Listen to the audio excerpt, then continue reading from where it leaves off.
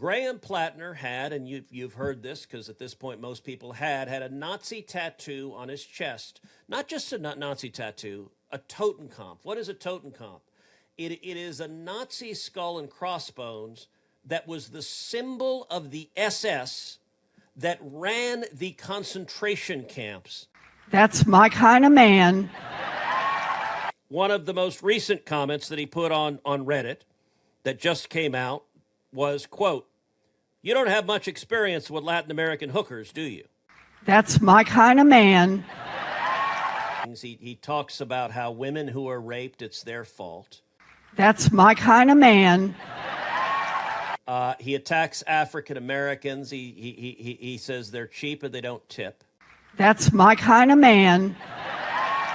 How every time he sees a porta potty, he wants to go inside the porta potty and masturbate in the porta potty. That's my kind of man.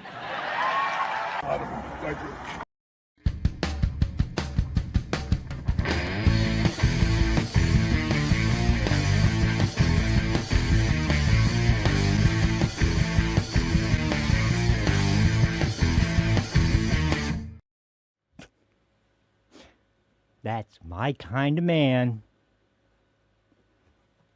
Listen to Elizabeth Warren on this one. She's absolutely correct. That is indeed the left's kind of man. The one that, that is so... I'm sorry.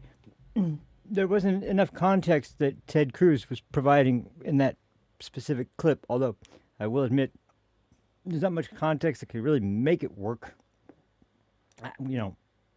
Just the idea of a porta potty somehow making you just have to go rub one out is really, really unusual. But it wasn't just that. It was apparently the blue toilet cleaner stuff that they put in the toilets. That was really that's the real part that got him, excited, and I guess that whatever. The smell or the sight of blue toilet, well, I don't know. But bizarre, very much, we'll talk about him later, though, because in all actuality, besides the absolutely ridiculous level of comedy that you can get from this guy, I actually don't know if I would... I'm just being honest. I don't know if I would have the balls to actually laugh at the guy in his face, because this guy is dangerous. I get bad vibes looking at this guy, and we'll get into it. I'll talk about that a little later. Sorry for the lateness today. I mentioned it a little bit in the discussion or the description, and this has just been happening lately, and I don't know why. I will admit, hey, it's better than falling asleep on stream, but it doesn't help much for the show. I've ended up in a sort of unfortunate situation where, hey, there's MLA. What's going on, MLA? I've been falling asleep like afternoon, in about 1 o'clock, 1:30ish, and if I'm out, there's no way in hell anybody's going to be able to tell when I'm going to be waking up. So, unfortunately, that means that if I end up getting up too late, then I'm already screwed. If I end up getting up early enough, but not quite really with much time left, then I might make it. But it's going to depend on how fast I could actually wake up. And for some reason, when I wake up super late, or when I wake up in it's afternoonish, not afternoonish, like late in the evening, I cannot get back to sleep, or I cannot get back awake, for whatever reason. I cannot get to a point where I feel like I just keep dozing back off and waking up, dozing off and waking up, and so for at least a couple hours afterwards, I'm still in that state. Now, luckily today, I woke up with a couple hours, but by the time I was fully up, I had to run out and grab a couple things at the liquor store and then come back. And now this wouldn't have happened if I didn't finish editing pretty much everything yesterday. All the clips were ready to go. I was trying to go on yesterday, but It was too late by the time I got done editing everything, so unfortunately that ended up with position where I was just like, okay, well, let's just save it for tomorrow, and I thought I could make it out earlier today. Little did I know I would be waking up super late, so that didn't work out totally well. But um, I wanted to do a show on Monday, didn't work out. Wanted to do a show yesterday, didn't work out. So I was like, okay, it's late, I don't care, I'm doing it today. Which I'll just say, I mentioned this in the description also, and I'll just say it here because I don't want anybody to get any um, get the wrong idea. I'm still going to be trying to do a show, and if I'm early enough to make it on my usual time, or I'm going to be pushing for earlier at some point, but right now I don't think that's going to happen. I'll be lucky if I'm on time. So I just I'm going to make mention that right now, until I finally got another appointment scheduled, I have to have blood work done again. I'm tired of blood work, man. They keep drawing blood. It's really getting annoying. I don't like needles. I don't like needles attached to well, I don't like hypodermic needles. I'll just put it that way. The kind that draw blood out. I like tattoo needles. I don't like the other kind of needles. But anyway, I got to go have blood drawn. Then I got to have an appointment, and I still need to go for some type of therapy for the uh, issue with the veins that are that basically have shrunk to. I can't remember what the condition's called. The veins actually shrink so small that blood can't really pass through them as well. But anyway, I guess there's some type of in-person therapy I can go to. That I have to drive.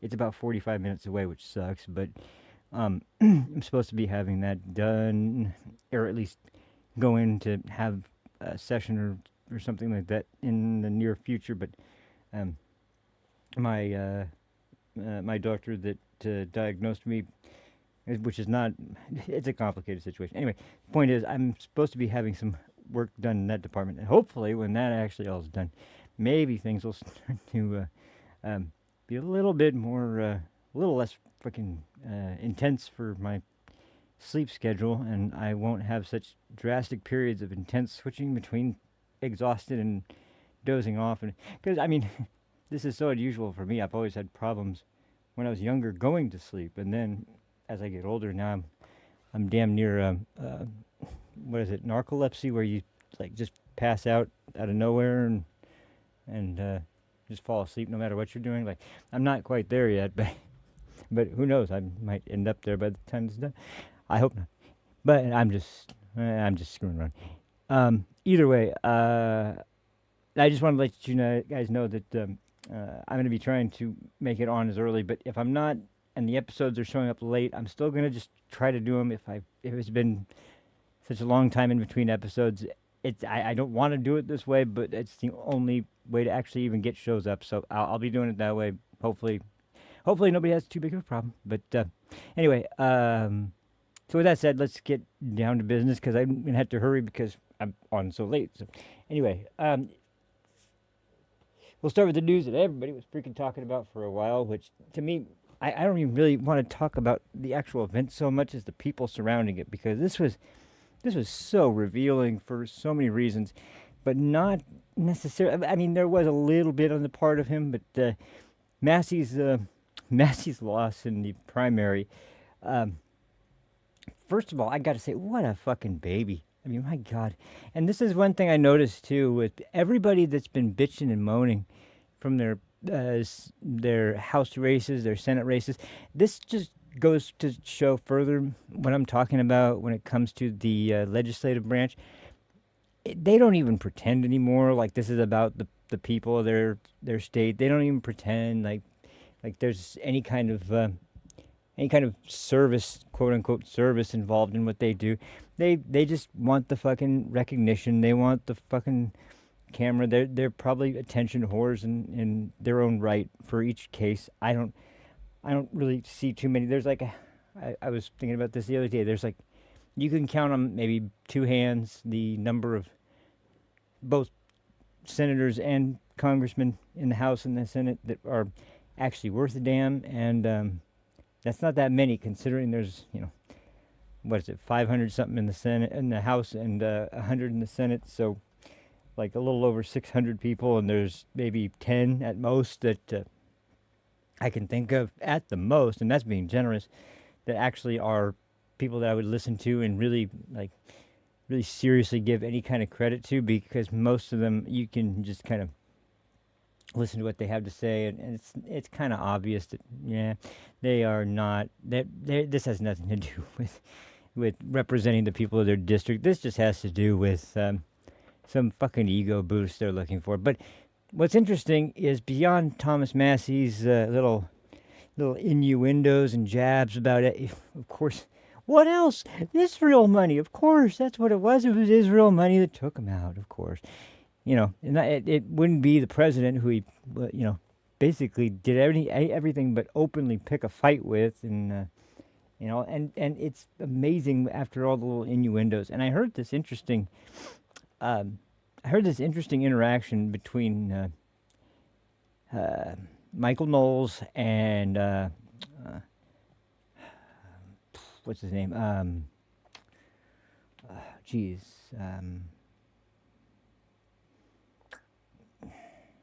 Why can't I ever remember his name? Jeez. The other guy at the Daily Wire, the guy that made I can't believe I can't remember his name. Do I have any video clips with him in it? Let me see real quick. Hold on. I should actually, I think, but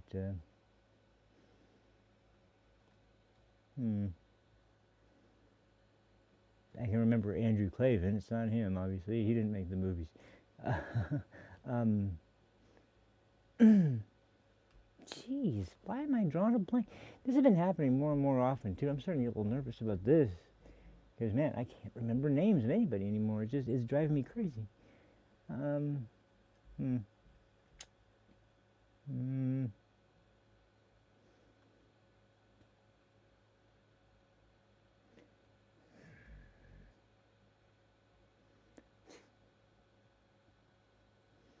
Matt Walsh. There we go. I didn't even find the name, but I thought of it. There we go. Matt Walsh.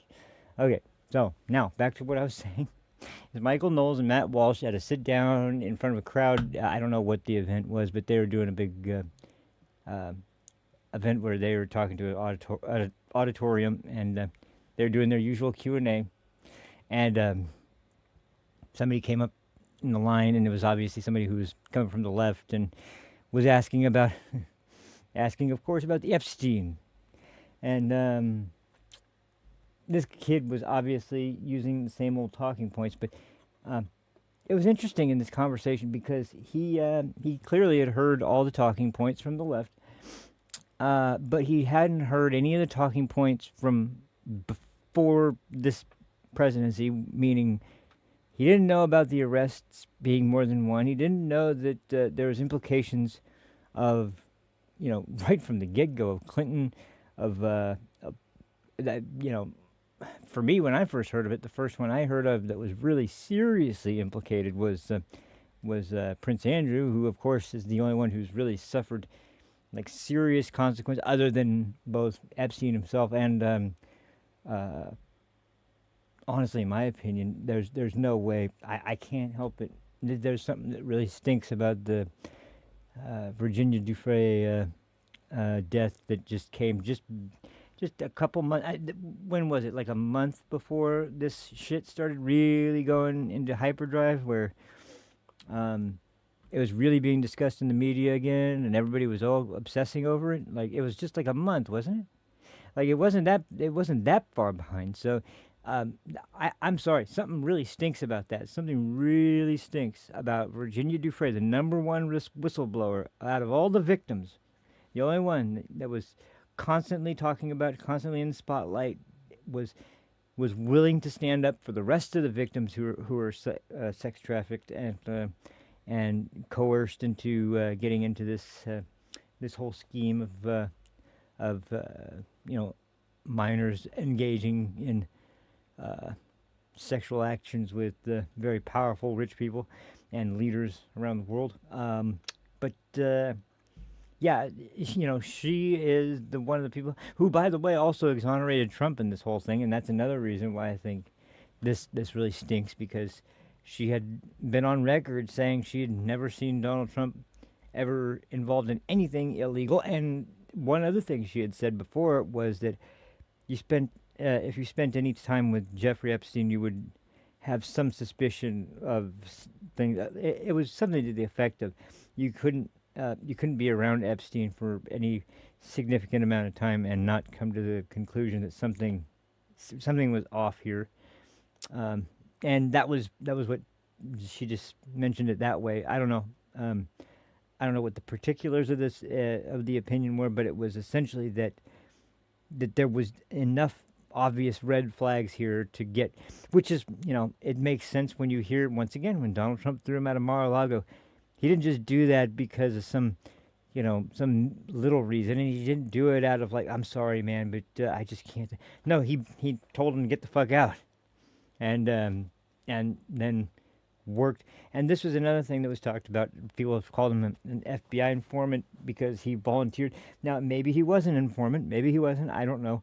But what I do know is that he did volunteer without needing a subpoena to testify against Jeffrey Epstein, or just to provide any information that the FBI was interested in and would tell them anything he knew. And was the only one that didn't require a subpoena for offering that information from anybody that they could find in the public. And once again, when you go into the idea that he was first arrested and he went through his little slap on the wrist punishment in around, what was that, 2008, 2009, or somewhere around there. So, and then when he got out of that, he was back to being a free man again, although with a criminal record, but not one that anybody would really seriously take under consideration unless there was something like, I don't know, him being alleged again. And then the second trial came around when he was arrested. That was in 2019. That was, of course, the year when they were having the Senate here or the House hearings of I think this was for the would have been 2019. So was Biden already the nominee, or was he? I'm not sure if he was the nominee yet or not. Regardless, so if he wasn't, then they wouldn't have had. I guess he must have been, because this is mostly about the whole Zelensky call thing, where they were talking about the quid pro quo, where there was no quid pro quo, but he was interested, and as we know now, he had reason to be interested, considering the fact that there were definitely ties between the Bidens and Ukraine that went beyond just as it relates to government affairs. It was actually relating to private energy company affairs, and a certain son of a certain vice president at the time. But who, by the way, I can't help it.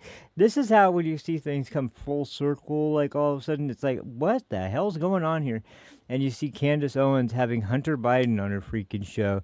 And all of a sudden now you have a guy like Hunter Biden, guy that, how much bullshit has he been involved in? And then at the end gets a supposed pardon for anything he's done or ever will do, probably at this point. This is after the guy, slept with his brother's widow, bought a gun while lying on the gun forms about his criminal history, including his history of drug abuse. Tried to throw the gun away in a dumpster that was just like less than a block away from an elementary school, I think it was, or it was at least a school. Obviously, not the best idea.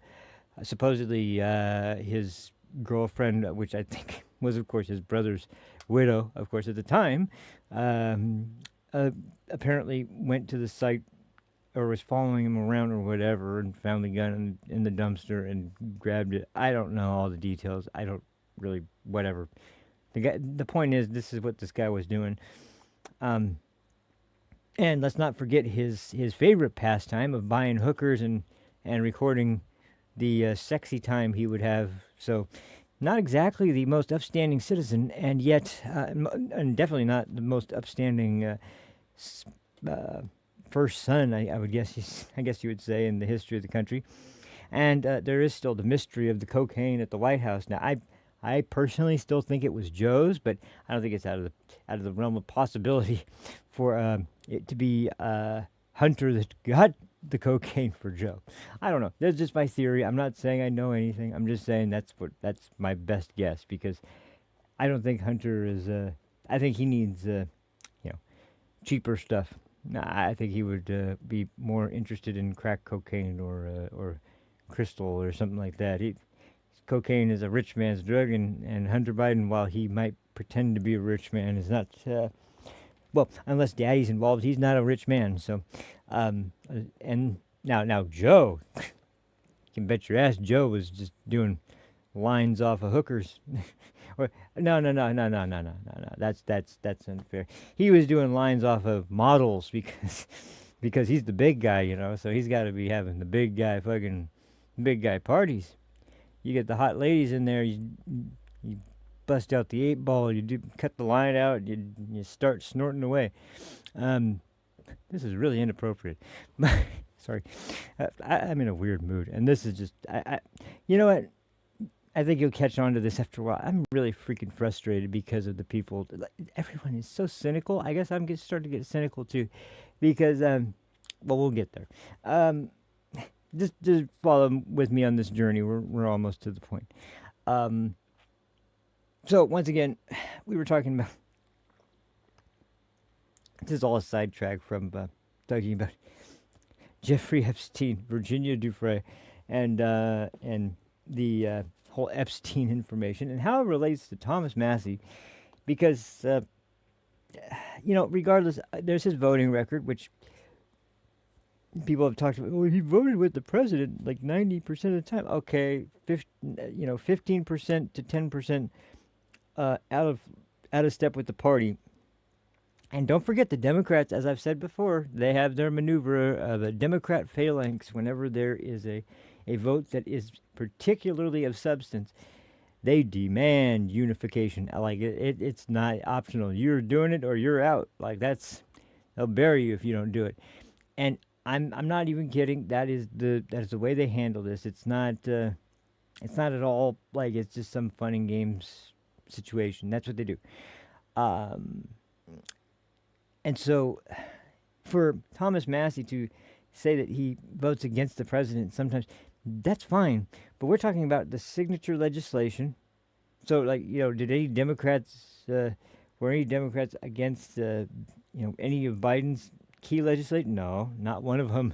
They all voted in lockstep. The only one they couldn't pass was the Build Back Better ridiculous bill because of the amount of money that we would have been in debt if they had passed the damn thing. It was insane. It was like a congressman's wet dream of a bill, like a Democrat congressman's wet dream bill. This was exactly it. Money for social programs, money for COVID, money for stimulus, money for this, money for that, money for everybody, except for money for tax the rich, and that'll take care of it all. Fucking stupid idiots. Anyway, the point is that if you are going to claim to be a Republican from a Republican district in a very deep red Republican state and claim to be in lockstep with Donald Trump at a time where he really needs those who support him to have his back more than ever, because they are openly not only saying they want to take him out, but anytime there is an assassination attempt on the man now, they don't even really condemn it. They say, "Oh, violence is never a good answer, but I think the temperature should start with the president bringing down the temperature." Oh, I'm sorry. You mean the guy who was just shot at? The guy who was just almost killed? That's the one has the responsibility? I will admit, yes, he does have some responsibility, but to act in some way like you had nothing to do with this, this has nothing to do with anybody on the left or any of your supporters or anybody that might be flying a fucking Hakeem Jeffries flag in their front yard saying some ridiculous garbage like somebody needs to do something about him. Even so much so as to hear, a later subject of today's video, who said something about how everyone knows what it means when you say somebody has to do it, which, yeah, of course, everybody knows what that means. Of course everybody knows what that means, because you sons of bitches have made murder of the president something that is basically a meme, essentially. Somebody's got to do it. Okay, sure. And meanwhile, you say anything even somewhat that could be attributed to even... I mean, hell, you can't even use certain words against leftists or it's considered violence. Literally, they call words violence. How in the fuck did we end up here? Well, because, once again, rules for thee, not for me, and that's exactly how the Democratic Party thinks. And once again, especially when it comes to a certain guy, I can't remember what's his name. Hassan CHOP! That's right. Hassan. He's going to be featured heavily a little bit later on. But anyway, yeah. But first, back to Massie. So this really has to do with the fact that he was not just voting against the president, he was voting against the president on the most important legislation and in areas where they really needed the... Because, bear in mind, it's gotten so bad now after people were I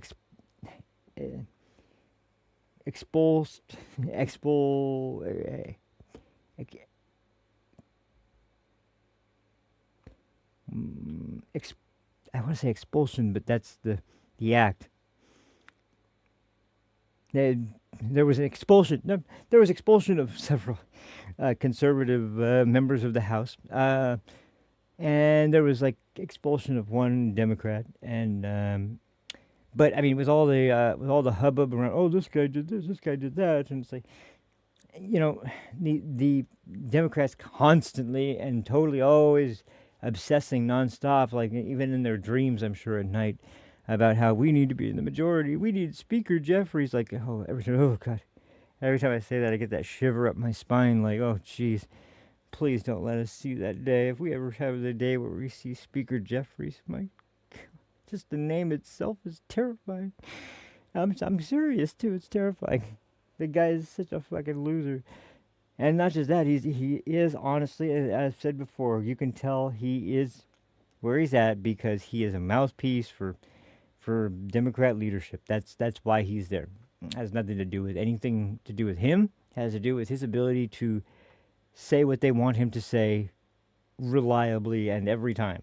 So in a time like this where there's such a consolidation on the left and you have fringes on the right who not only are voting against the president, but also making arguments and encouraging other people on the right to also vote against the president.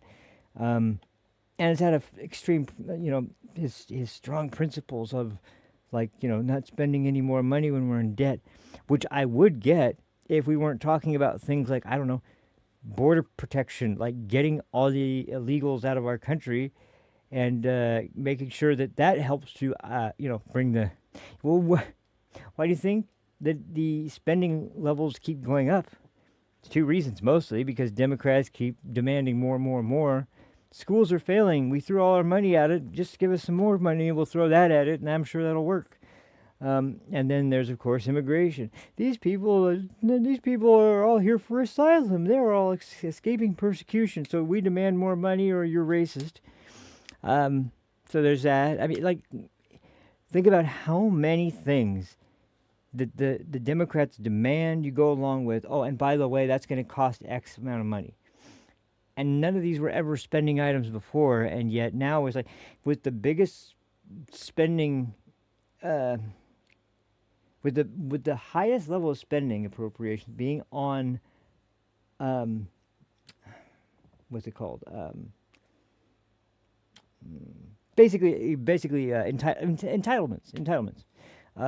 Medicare, Medicaid, Social Security, welfare, food stamps, all the social entitlement programs. That's where the bulk of the spending goes. So we have mandatory spending there, then we have mandatory military spending. That's the next highest. which is crazy that our it's true.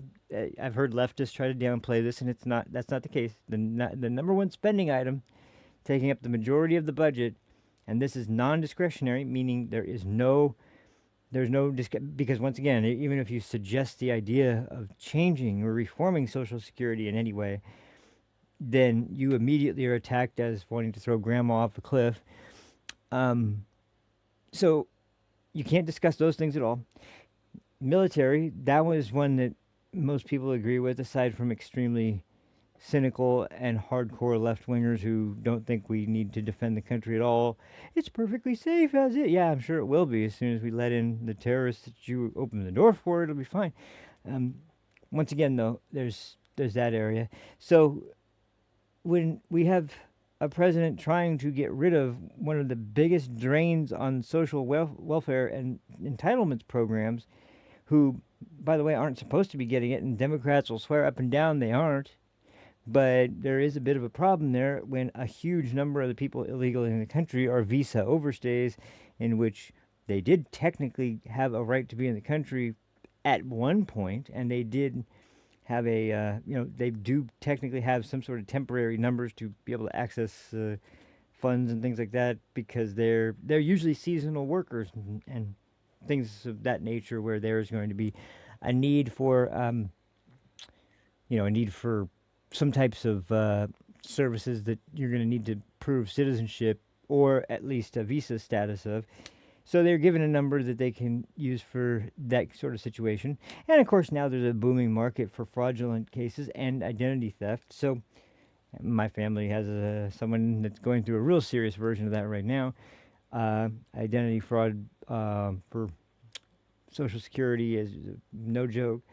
But yeah, so we have all these things going on, and huge amount of money. Where proudly in leftist states, especially in New York and California, where you got Mamdani and as the mayor, and then even, I mean, she's trying to pretend that she's not extreme, but Kathy Hochul is just as extreme as anybody. So she's trying to pretend like she doesn't want to turn the state into, basically a safe haven for any law-breaking illegal immigrant that has a record. And then in California, where we hear openly listen to our ridiculous governor and the stupid legislature talking about how we need to be a sanctuary city and we actually need to push back ICE if they ever try to come. It's like, okay, so you're fine with, this is what it really is one of the main reasons that inspired, just because of the fact that you had the Pacific Palisades that burned down because of quote unquote unforeseeable weather conditions. Like, oh yeah, nobody heard of the Santa Ana winds before. Nobody's ever heard of that. What is that? And then, oh yeah, that's something we go through all the time. We actually do know exactly what that is. You're fucking lying. But anyway, you've got, gosh, Spencer Pratt. There we go. Spencer Pratt, who is actually doing pretty well. And I swear I'm pulling for some of these races. We got Steve Hilton and Steve Garvey. I think that's the other guy. Anyway, I've had, as I've talked about before, I've really been a fan of Steve Hilton for a while. I've heard him talk so passionately about California and ways that it could be improved immediately, and then ways you could work on steadily and slowly improving the conditions in the state to make it far, far, far better for everybody. And they're not even really partisan points, aside from the fringe lunatic left that try to make it the new norm to support people who just stroll into the country and illegally cross, and now that we need to defend them from ever being deported. That's not even...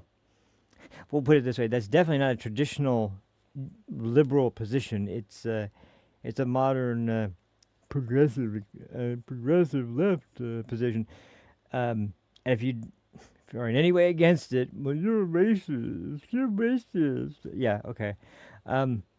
Anyway, that's what causes people like Spencer Pratt, though, to run for mayor, because, hey, while you were having your little fun party in Africa for some birthday, we're in the state that you're supposed to be, or the city you're supposed to be mayor of, having our homes burned to the ground because not only have you decided that you don't really care about the water or the water pressure in the fire hydrants, you also don't care if some lunatic, which by the way, this was the start of the fire, some lunatic runs around into the woods and deliberately lights some brush on fire, and it causes the whole thing to start going up in flames.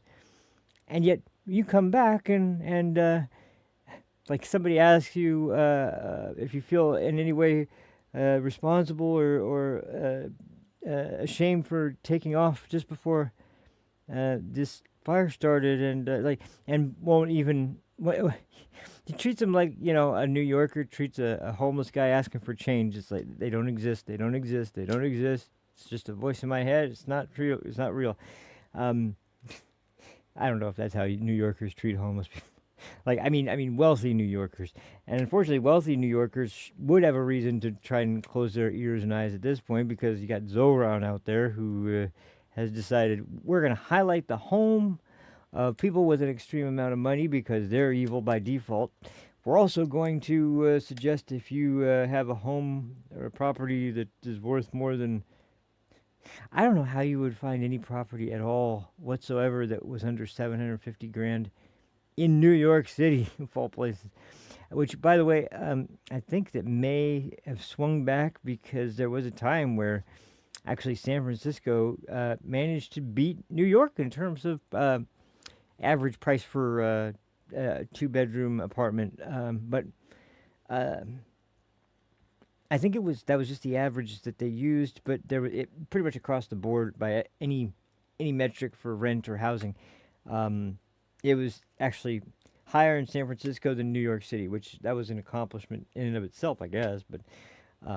But still, I think it may have gone back to this because we did have really, really serious immigration problems in California during the last administration, but we didn't get open busloads that were being dropped off all the time, luckily. But I don't know how we would have gotten to anywhere.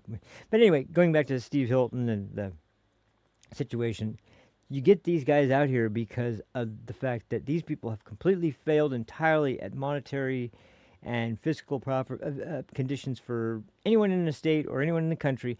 And then they walk around wondering, how is it that we're losing? I don't understand how we're losing the votes. How are we losing the vote?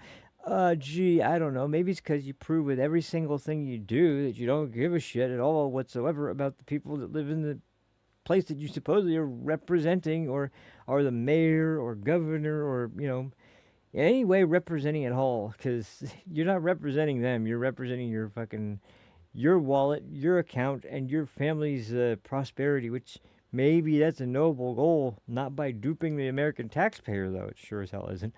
So, once again, going back to this idea that Massie's against the spending, I believe that's true. I don't believe that you can look at the same bill that was looked at by people like once again, talking about good people in legislative, people like Mike Lee and John Kennedy, who looked at the bill and have stated on the record that this was one of the most meaningful and beneficial pieces of legislation that had nothing but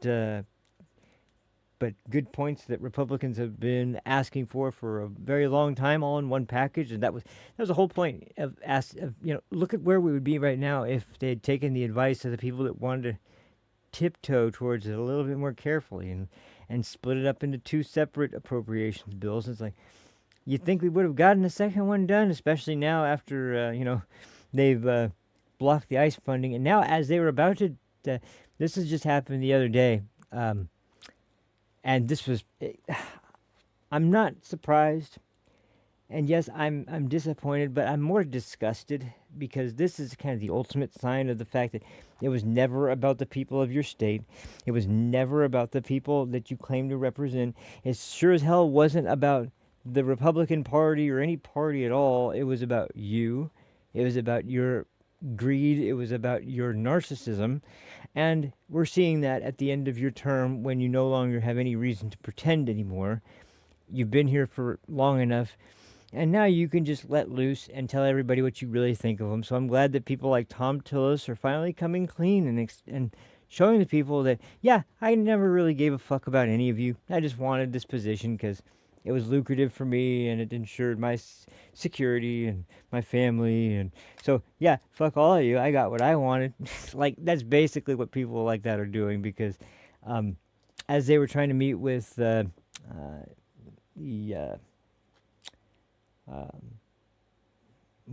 Attorney General, Todd Blanche. He came in to discuss with the Republican senators some of the aspects of the appropriations part that was left out, which I still think was so stupid. And I've said before, I'll say it again. I get why they felt they had to do it this way. I can't believe they actually felt they had to do it in the end and were realistically pushed that hard to get it done that way, because now we got situations like this coming up, and now we're approaching the season where we're going to go into elections, and then until then, I don't think this legislation is going to get passed. I really don't, because look at it reasonably and realistically. You've got one party that is united once again in anything against ICE. Other than John Fetterman, everybody on that side of the aisle will vote against anything that has to do with ICE. They don't like ICE. They want to abolish ICE. They want to abolish Border Patrol. They want to abolish anything that has to do with enforcing. You can have laws on the books about immigration, but and you can deny them all the time. And then if you don't have any enforcement mechanism that causes those people to be able to act lawfully to remove people here illegally, then it's not really a law that that means anything. It's just a piece of paper that has some instructions written on it, and you can follow it if you want or not. Like, it doesn't matter. There's no way to freaking do anything about it, and they know that, but they just don't care. So Todd Blanche comes over to describe what the administration wanted to negotiate for or discuss to come to some sort of consensus and understanding amongst the Republicans over what they should do with the appropriations bill that's coming up in the what's it called?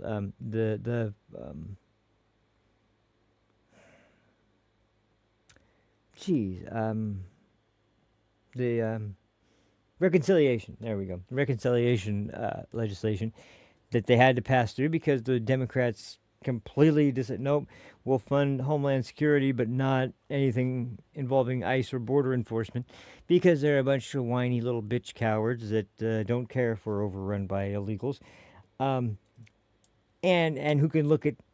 We'll bring the video up again today, and I just want everybody to see it once again, just to show what kind of people we're talking about that can look in the face of grieving parents who lost their children to illegal immigrants and tell them, it doesn't really matter, though, whether your child was killed by someone who is here legally or not. The pain's still real. And I'm sitting there going, wow, they really, I don't care if it's out of ignorance or not. That's one of the sickest, most disgusting things I've ever heard anybody say to someone who just lost a child. Like, how low can you be? That's about as disgusting as it gets. And they try to explain to it, like, look, it is different because you sit around wondering every day, why was this person here? Why was this person allowed to stay? How does this person who's not even supposed to be in the country have a rap sheet of like 15 to 20 arrests and nobody ever did anything about it? And yet my son, my daughter, my child is now dead because they just let this guy out of jail 20 times. He was never forced to suffer any punishment for any crime he committed, no matter how serious. Some of them violent assault or armed robbery or sexual assault, all kinds of different child abuse, all kinds of different freaking cases. And just like with any other group of criminals, there's a progression of escalation that keeps going and going and going until they finally end up killing somebody. And these people happen to be the unfortunate ones at the end that got to see how how the situation ended up becoming at the end, and it's disgusting. There's no other way to describe it. It's absolutely disgusting, and yet they will sit in a legislative session across from angel parents describing losing their child to people here illegally, and then tell them it doesn't really matter whether they're here illegally or not. Your child was killed, and they have to explain to them, it does matter, because if you guys would just have let ICE do their damn job like they're supposed to do, if you guys hadn't been sitting around here wasting everybody's time with your ridiculous objections to ICE, and ICE is running in unmarked vans and throwing people into concentration camps, oh my God, then maybe, just maybe, there would have been somebody that would have got this person, nabbed them, and sent them back home, instead of having my child be around, then be allowed to stay, and just happen to cross paths with them, and fucking slaughter them because you. Sorry.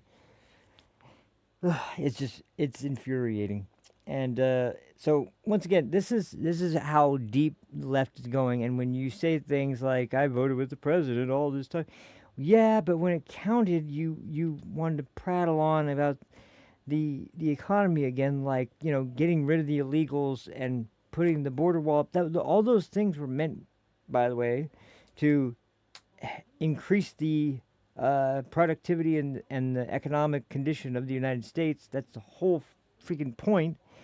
And we know from the first Trump administration that in 2019, so after 2 years in the country under Trump's plan, it didn't include a war against Iran, the one that was arming themselves with nuclear weapons, but it did include a lot of other stuff, including the border wall that was finally starting to be constructed. I don't know if that's going to ever be a reality because of the fact that these people don't even want ICE to operate, let alone, have the border blocked by a physical barrier. But, and they call, I love the self-fulfilling prophecy they always have of like, a wall is not going to protect people. Well, it sure as hell isn't if you're going to encourage them to go over it, help them and coach them to get over it, and when all else fails, maybe you can take the Biden approach to cut the chains off of the doors, and then you could just let them in. Yeah, then the wall won't do much, it really won't. But if you actually use it correctly and the way it's intended to be used, then it would. But the problem is you don't want it to work, not that it wouldn't work. So, once again, just a self-fulfilling prophecy. So, Thomas Massie, Mr. Fiscally Responsible, decided that he didn't really care about that because, number one, we can whine about the debt in every other way, especially when it comes to war, because that's just awful. Never mind, once again, that he just is misleading as hell with the way he describes everything. And then secondly, when it comes to the other issue, you might want to hand wave it away. The idea that you constantly, and you and your BFF Ro Khanna are constantly doing nothing but insinuating this idea that Trump is covering for Epstein and covering for the Epstein files. Who's he covering for? Whose name are they trying to protect? And no one even knows what the hell they're talking about, because once again, I would say releasing over 3 million document, like 3.5 million or so, is kind of being more transparent than with any other classified document in the history of the country, and yet you're still going to say that he's somehow nefariously doing. And once again, now, if you want to say something about Pam Bondi handling it badly, I have agreed since day one. Yes, absolutely. You're completely true. What happened about that? Well, yeah, she's gone, and there's a new attorney general. So, but let's not even give him a chance because, we already decided that this is what's going on. Once again, and now the most ridiculous statement I've heard, which this is actually kind of sick if he is going to try to use this as some sort of political tool. But now he's trying to say that I have 8 names, I think it was, of people that are implicated in the Epstein files, but before I leave Congress, I'm going to slowly just release a new one every so often. It's like, okay, so what you're doing is you're actually telling the public, I am going to sit on information about people that I have evidence of that have broken the law, unless, of course, you don't actually have evidence and you have nothing and you're just repeating hearsay to get people whipped up into a frenzy. But if that's not the case, and you actually do have it, then you're sitting on evidence and you're sitting on someone who's committed a crime and not informing it. I think that's something called obstruction. There's a little thing called obstructing justice, preventing law enforcement from being able to do something about someone who has committed or may be planning to commit a dangerous or criminal action, and having the ability to do something about it, but not doing it, in this case, for political purposes, because you're just trying to, number one, stir up a bunch of attention and make yourself relevant until the day you have to leave. And number two, you're protecting people who you claim did all this terrible stuff, yet because you hate Donald Trump so much, which, once again, this is what it all goes back to, since you hate Donald Trump so much for whatever reason, you're going to do it this way to try and, I guess, send some strange message. And it is very bizarre, once again, because of the reality, if you know the history. Like, that, it's not at all as these idiots try to convince everybody it is. It's not, the history of events is not in any way clear cut, but there's a lot of things we know and a lot of things we don't know. And as I said before, there's only one person who was willing to work directly with the FBI from the beginning. And then once again, some people say the same sort of, I'm just kind of going through the excuses that people make. People say that, well, yeah, that's just because, well, hold on.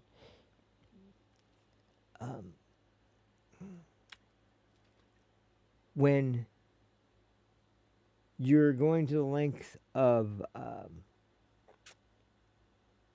playing with the laws and playing with the justice system to make political statements, in my opinion, that's just an admission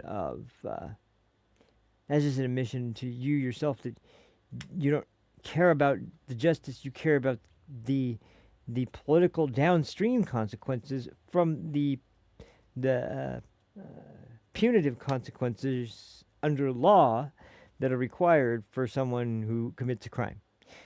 Meaning you don't give a shit about following the law because you care about American law being upheld and justice for victims.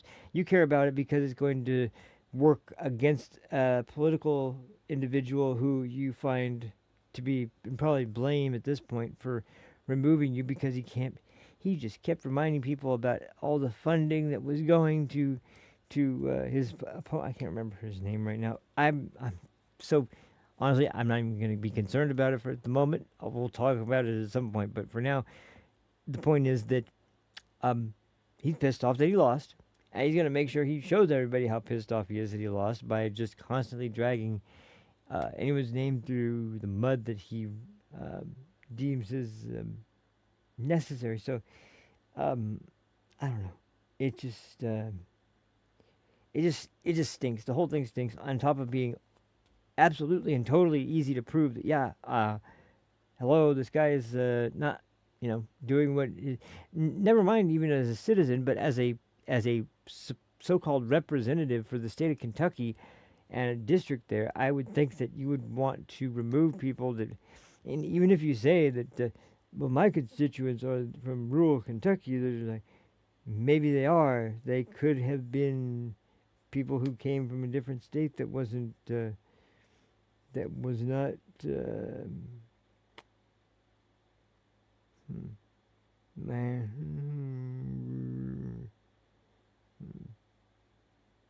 Anyway, I won't keep going on about that too much longer. But the reason I'm talking about all this is because this ultimately came down to, at the end, a lot of bitching, a lot of moaning, and it was absolutely correct that this was one of the most expensive races from the House. It was the most expensive race for the House that's ever been on record. However, when you look at the circumstances behind it, considering, number one, that this guy was one of the few people, which now, as I was saying before, they've ousted so many members. The House of Representatives that at the beginning of this term had like a 4 or 5 seat majority in the House is down now to one extra Republican in the House of Representatives compared to the Democrats. So they have literally the last possible amount of people that could keep you in the majority, and losing one more would put them in the minority. Like they would be, actually there's always an odd amount in the House, so there's never a problem with the voting, unless there's a weird sort of like, unless there was 3 ties or something like that, or three no votes. I don't know how they handle it when there is if some weird circumstance. I've just never seen that, so I don't know exactly what it's. I don't know exactly what the remedy is if you do somehow. Either there's people who are members who happen to not be in D.C. at the time. Usually they have a proxy vote now, which is another fucking. Yeah, let's just keep implementing stuff where we don't have to be here as often. That makes life a lot easier. And it was just what the anyway. So based on all of that, and based on the fact that Trump is not going to sit around and just see a conservative challenging another conservative in a primary in a state where he thought he could win. By the way, out of Trump's endorsements for candidates this time around, anybody that says he doesn't have any power within the party anymore, how's 34 for 34 sound? Does that sound like somebody who's lost their connection, is not operating in terms of with the voters and actually resonating with the voters in terms of his candidate choices and who he thinks is going to be the best member for the legislative branch? And because I'd say 34 recommendations and endorsements, all of which end up being the winner in those elections, or those primaries, I mean, that's a hell of a success rate. And then take by comparison Tucker Carlson, I can't remember, I think it was about 11 or 12, and his record 0-12 or 0-10. So not one of Tucker. So for all the people out there who are like, I think Chunky Yogurt probably is the best. He's talking about how Trump is not even anywhere near in control of the Republican Party. Tucker Carlson has far more, what's it called, influence over Republican voters than Donald Trump. Yeah, man, a lot more. 34 out of 34 to 0 out of 12. Man, sounds like Trump is really in trouble in that regard. Make no mistake, Trump is in a lot of very highly dangerous situations. That's not one of them. Losing his grip on the trust of voters out there that are members of his base. Nah, not really. He's not like Joe Biden, who stopped being able to coherently answer questions and said we finally beat Medicare in answer to things that are successes for his administration. I think Trump didn't ever set out to fight Medicare, but that's just me. Anyway, though, this is the section that I was trying to get to, though.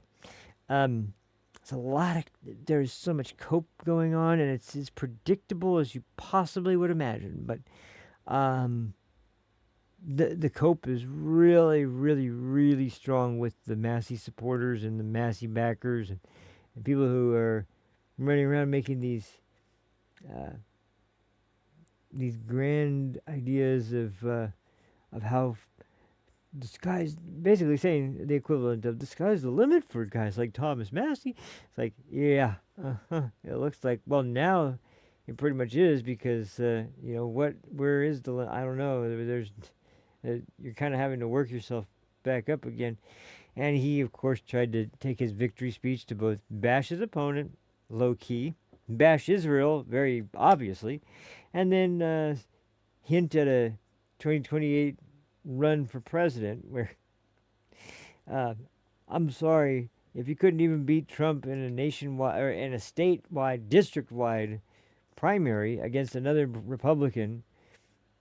I have to say I don't see your chances that good in a presidential campaign, especially when if it's going to be Marco or if it's going to be JD or whoever it's going to be, if they get the endorsement from Trump.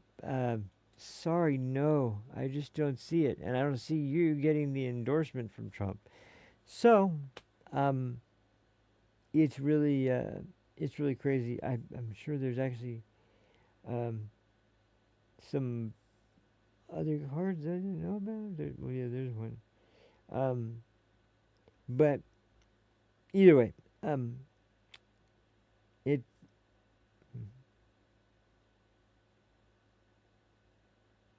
Okay. Sorry. Something else was there was something bothering me. But anyway, so here's what we're. Let me pull up the clips I was going to play, because we're going to kind of go from some stuff that was before, some stuff that was during. There's one from after, and it's a kind of very short but very condensed and yet very on the nose sort of consensus amongst these people. But we'll start with this one because I honestly I didn't even know that this discussion happened. I had no idea. I was too busy watching the one where this guy got his ass whooped by one of the guys from the Blaze, and it was absolutely amazing because it was a 3 versus 1 with Brad Palumbo, some leftist little whiny bitch, and then of course the Mr. Libertarian himself, Dave Smith, who was going on and on and on about how Trump is failing the American people. Yeah, I'm sure, and Massie was going to represent them, I guess. Massie's just all above ground, and if it wasn't for that damned AIPAC, oh man, it would be over for Trump entirely. It would be over. It's all the Jews. It's all those damn Jews. It's always foiled again. But this is before that, and listen to the smug arrogance just dripping off of these two fucking assholes as we go into this. And I'm sorry, I can't pull any punches on this one because these two are two peas in a pod as far as I'm concerned. We've got two absolutely disgusting people who are combined have more arrogance than probably the rest of the planet combined, and yet here they are just yucking it up, having a grand old time. And this was the predictions for the election, and they just were ready to celebrate and make sure everybody they could rub it in their face that look how influential Thomas Massie is. And well, they can keep fluffing him all the whole way to the fucking White House. But like I said, I didn't even know this happened. But we'll get to enjoy it together because once again, this is quite literally one of the most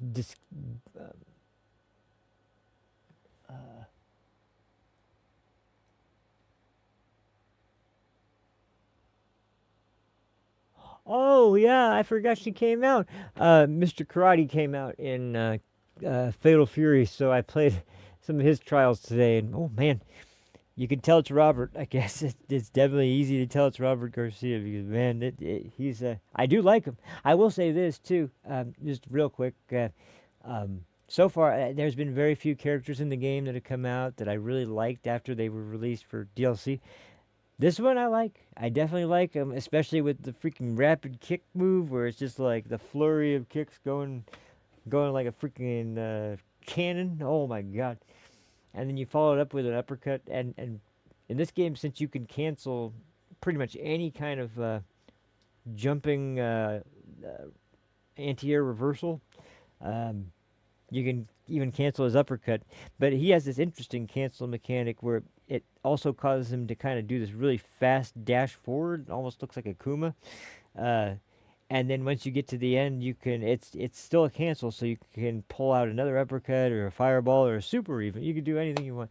It's awesome, really awesome to play. I haven't got to play the new Street Fighter DLC character though. Something's going on with Steam too, man. I might have to discuss it on this show, as a matter of fact. Even though it's not exactly political, it is sort of wrought with companies I've noticed lately, and it's something that I'm really, really, really. I'm hoping they can give me something other than what they've said so far, because if they don't, there's going to be some serious trouble. And I don't want to make threats, but I mean, this is the kind of thing I would want to alert like the Better Business Bureau of, or somebody that would be able to help, because this is just ridiculous. But I'll talk more about that if there's reason to talk about that. But I don't want to do it without knowing for sure. So, but anyway, so back to the issue.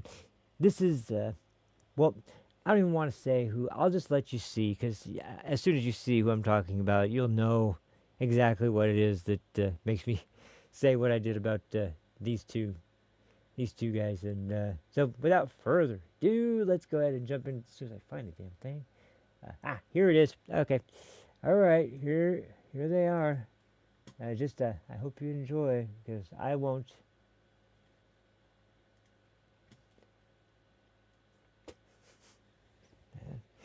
And once again, this is just incredible. So anyway, here we go. Let's turn the volume on and over to there.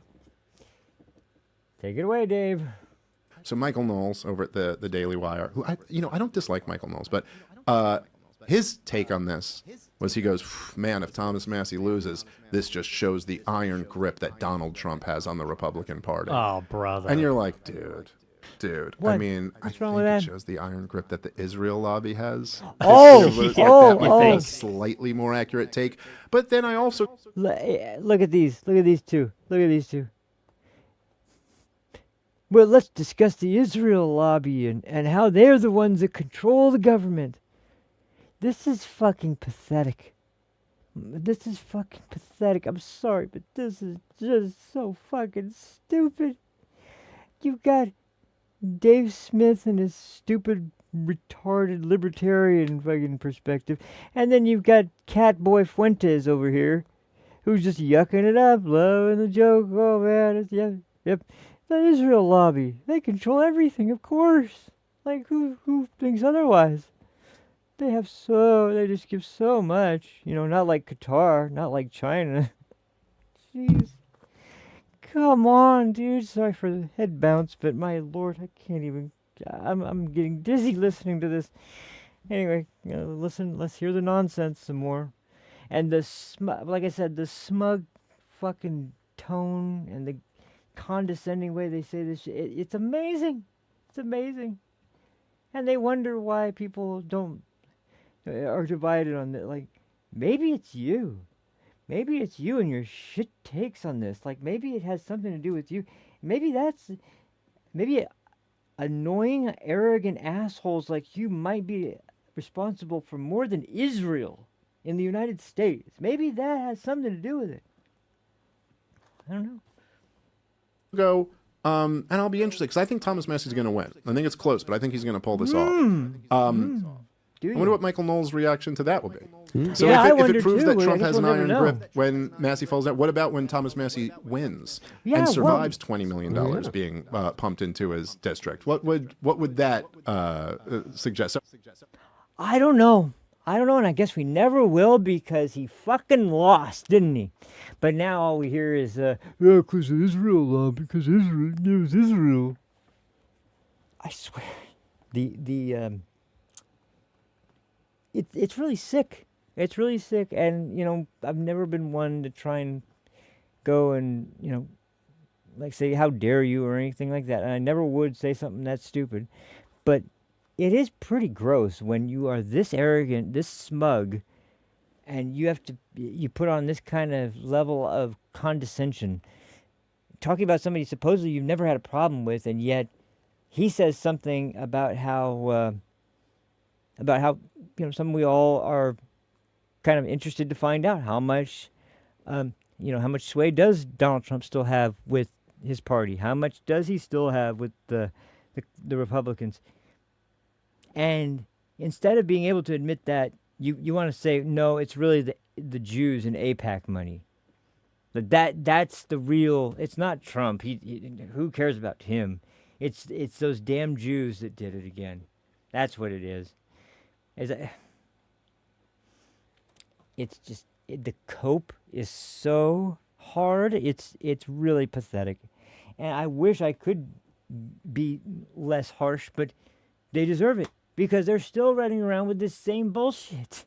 It's the same thing, time after time after time, and I wonder, like, geez, if it was them over everything, right? Like, why aren't we seeing any kind of levels of? I mean, we're not doing anything that would suggest we're in the pocket of Israel. Not even what we're doing in Iran would suggest that. We still never put boots on the ground. We never freaking really did anything other than bomb critical infrastructure and places where we knew leadership was. That was the campaign. Oh, and of course, places where there was, missiles, and we bombed their nuclear sites. We've gotten rid of every critical target. We got rid of the Navy. We got rid of the bulk of their commanders. So, I mean, but if we were Israel controlled, wouldn't we want to clear the region out and make sure it was safe for Israel? Wouldn't that be the goal, instead of trying to make sure that it was exactly what Trump said and we were making sure there's no nukes there? Isn't that a little bit more? No, of course not. No, because we're in the pocket. Why? Because Thomas Massie lost. Oh, okay. All right. Yeah, gotcha. Makes sense. These fucking people, man, I swear, it is just. Yeah, I don't think this is even like Trump derangement or anything else like that. I think this is just arrogance, pure and simple, like arrogance, and not ever wanting to admit for 1 second that, yeah, maybe I was wrong about it. Nope. That's why they can't shut up about the Jews or Israel or AIPAC or anything like that. It's got to be them always for everything, from everything to the war to Thomas Massie losing. It's always got to be the Jews. It's so sick. It's so sick. I'm not Jewish. Because I think you guys could probably tell that. But why?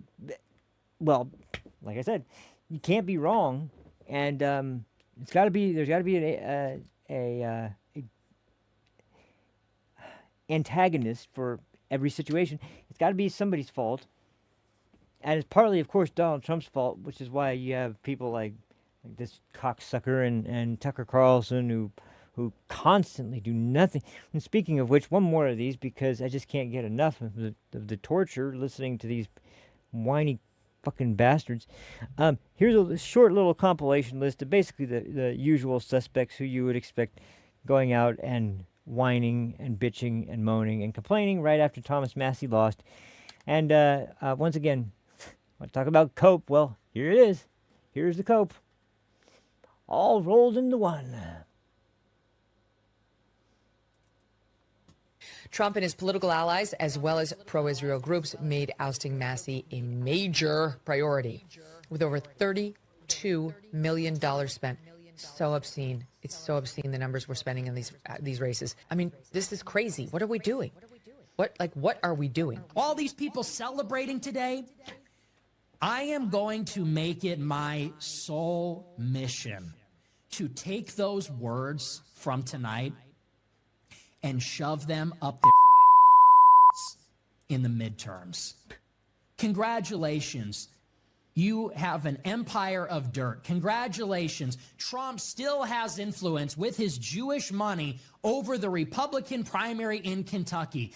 Congratulations. I hope that goes well for you in the rest of those races in the midterms.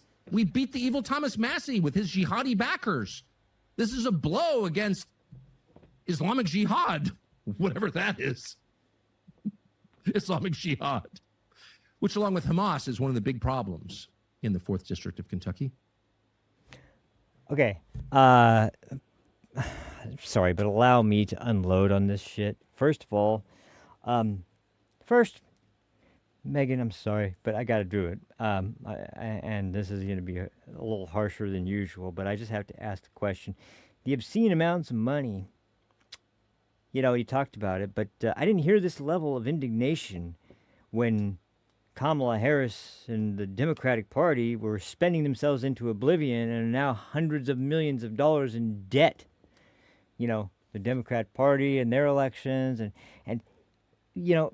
call me crazy, but I think maybe, just maybe, going into the midterms where everyone's saying, yeah, the Republicans are going to lose. Yeah, there's going to be a blue wave. Yeah, we're going to take the House, definitely. We might even take the Senate. And we're looking forward to a potential situation where we're going to be staring down the barrel of 2 years of Democrat-controlled legislative branch entirely, where if you think the Republicans are bad because they can't make a decision, wait till everybody can make a decision and it's exactly the one you're going to guess.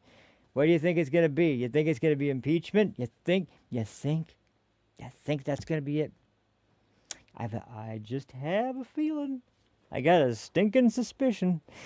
So yeah, I never heard about this supposedly extreme, terrible problem at all until it was this loss. I'm not saying it's not a problem, but I generally am much more understanding of the idea of money being spent on campaigns as just a fact of reality when we come to an election cycle. And I know in the fantasy world of the Democrats, they want to talk about it as if, as if it's just a black and white issue, get money out of politics.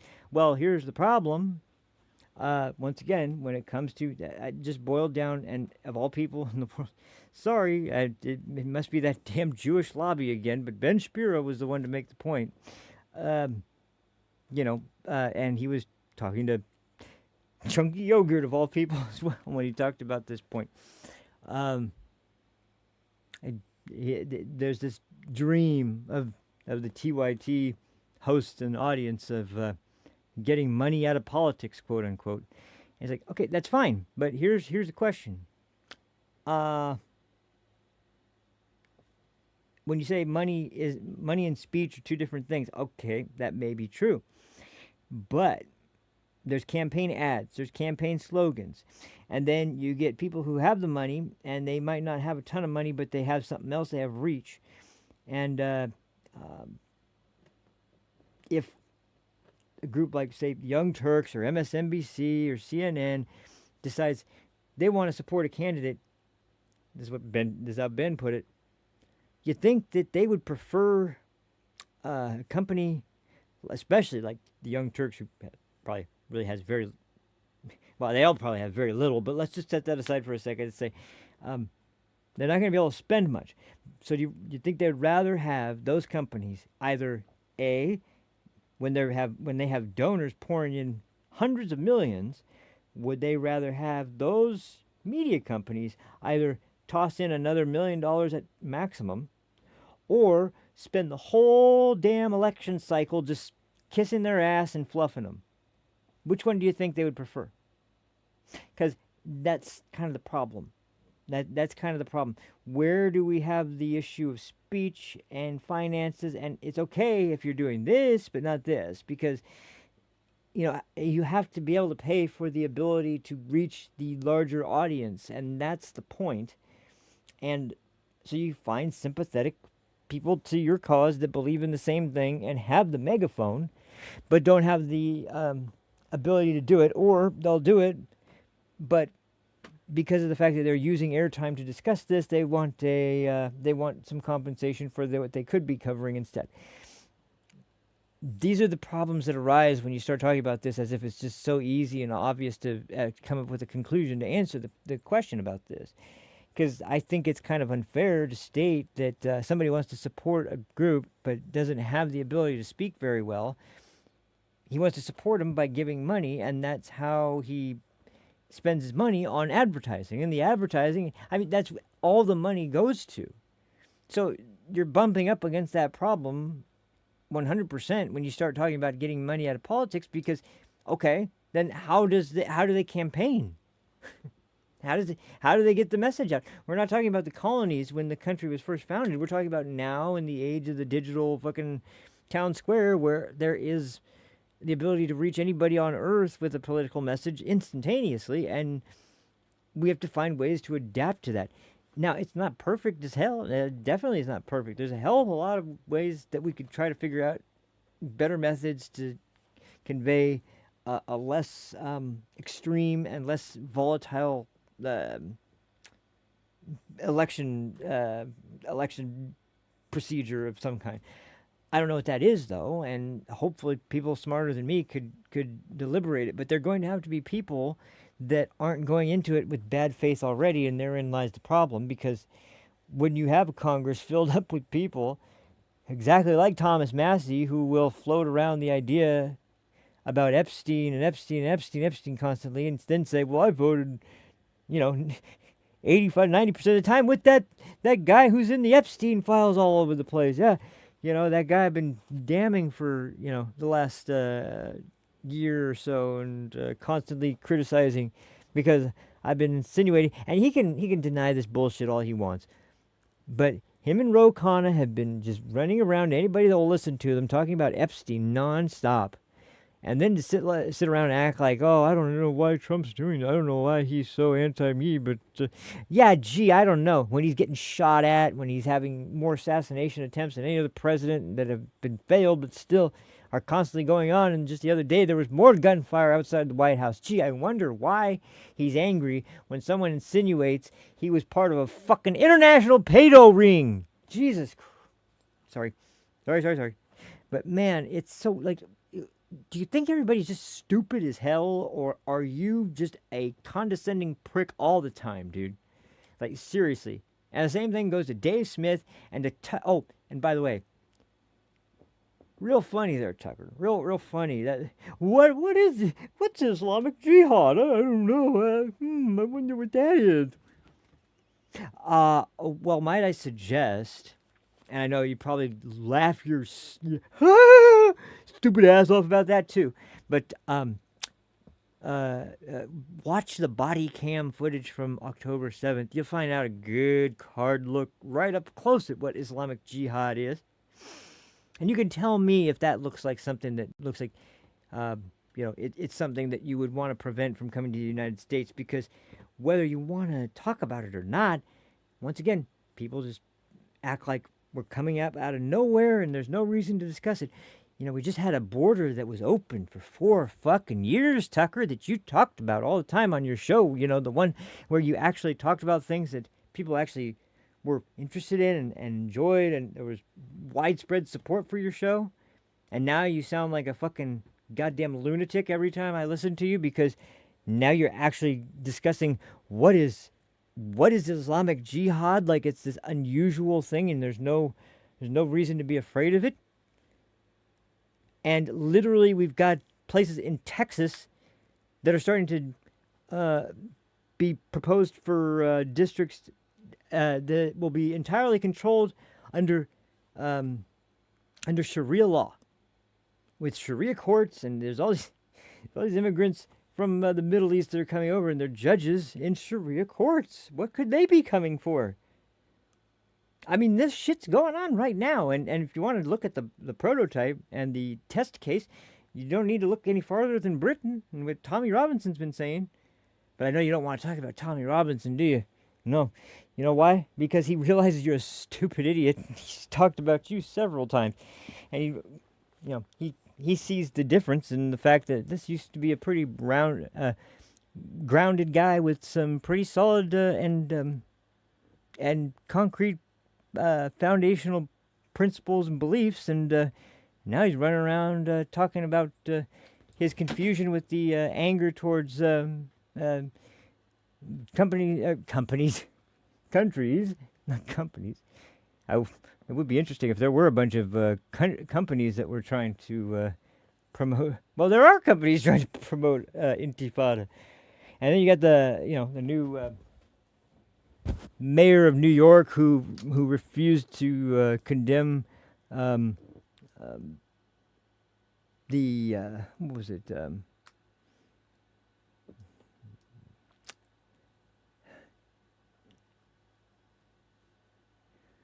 What was the way? I can't remember the way it was put. It was like praise the Intifada or like a long live the Intifada or something like that. It was something about condemning the Intifada, and he wouldn't do it. Wouldn't do it. So sorry, I have a little bit of trouble, just a little bit of trouble, with the guy who is pretending that the threat from Islamic extremism and Sharia coming into the United States and planting its roots, which it's trying to do, just like it did in Britain, under the nose of Keir Starmer, actually supported by Keir Starmer. There's no way it could come here, and I'm sure people in Britain thought that was true as well until they woke up and right in the middle of it. And yeah, as far as the cat boy in the middle goes, it is funny when somebody, I will admit, it is funny when somebody has pretended to be principled in one ideology for the entire time they've been on the internet, and then they get so butthurt and so angry and so pissy because they're wrong about so much stuff that now they have to run around and throw their lot in with the people that they have condemned their entire career. But I do know one thing: nobody is too extreme or too not Islam, anti-Semitic or anti-Israel or anti-West or anti-Christian or anti-anything to be considered a Democrat, so long as you are. And to be honest, maybe that is where Fuentes belongs. The more totalitarian, the better. And they're total. I mean, they do demand total subservience, and that's a guy who could be totally subservient. All you got to do is just give him the right incentive, and he will be your puppet on a string for the rest of your life. So I just, my point there is just if in case you're missing it. There's no principles with this guy. He's not the leader of anything. He's not a leader at all. He's a he's a very talented entrepreneur, but he's not a great owner or leader of any kind. And he is very vengeful, very self-centered, very egotistical, completely and totally narcissistic. And I've never one time ever heard him admit in any meaningful way something he's done that was wrong and be actually honestly apologetic for it.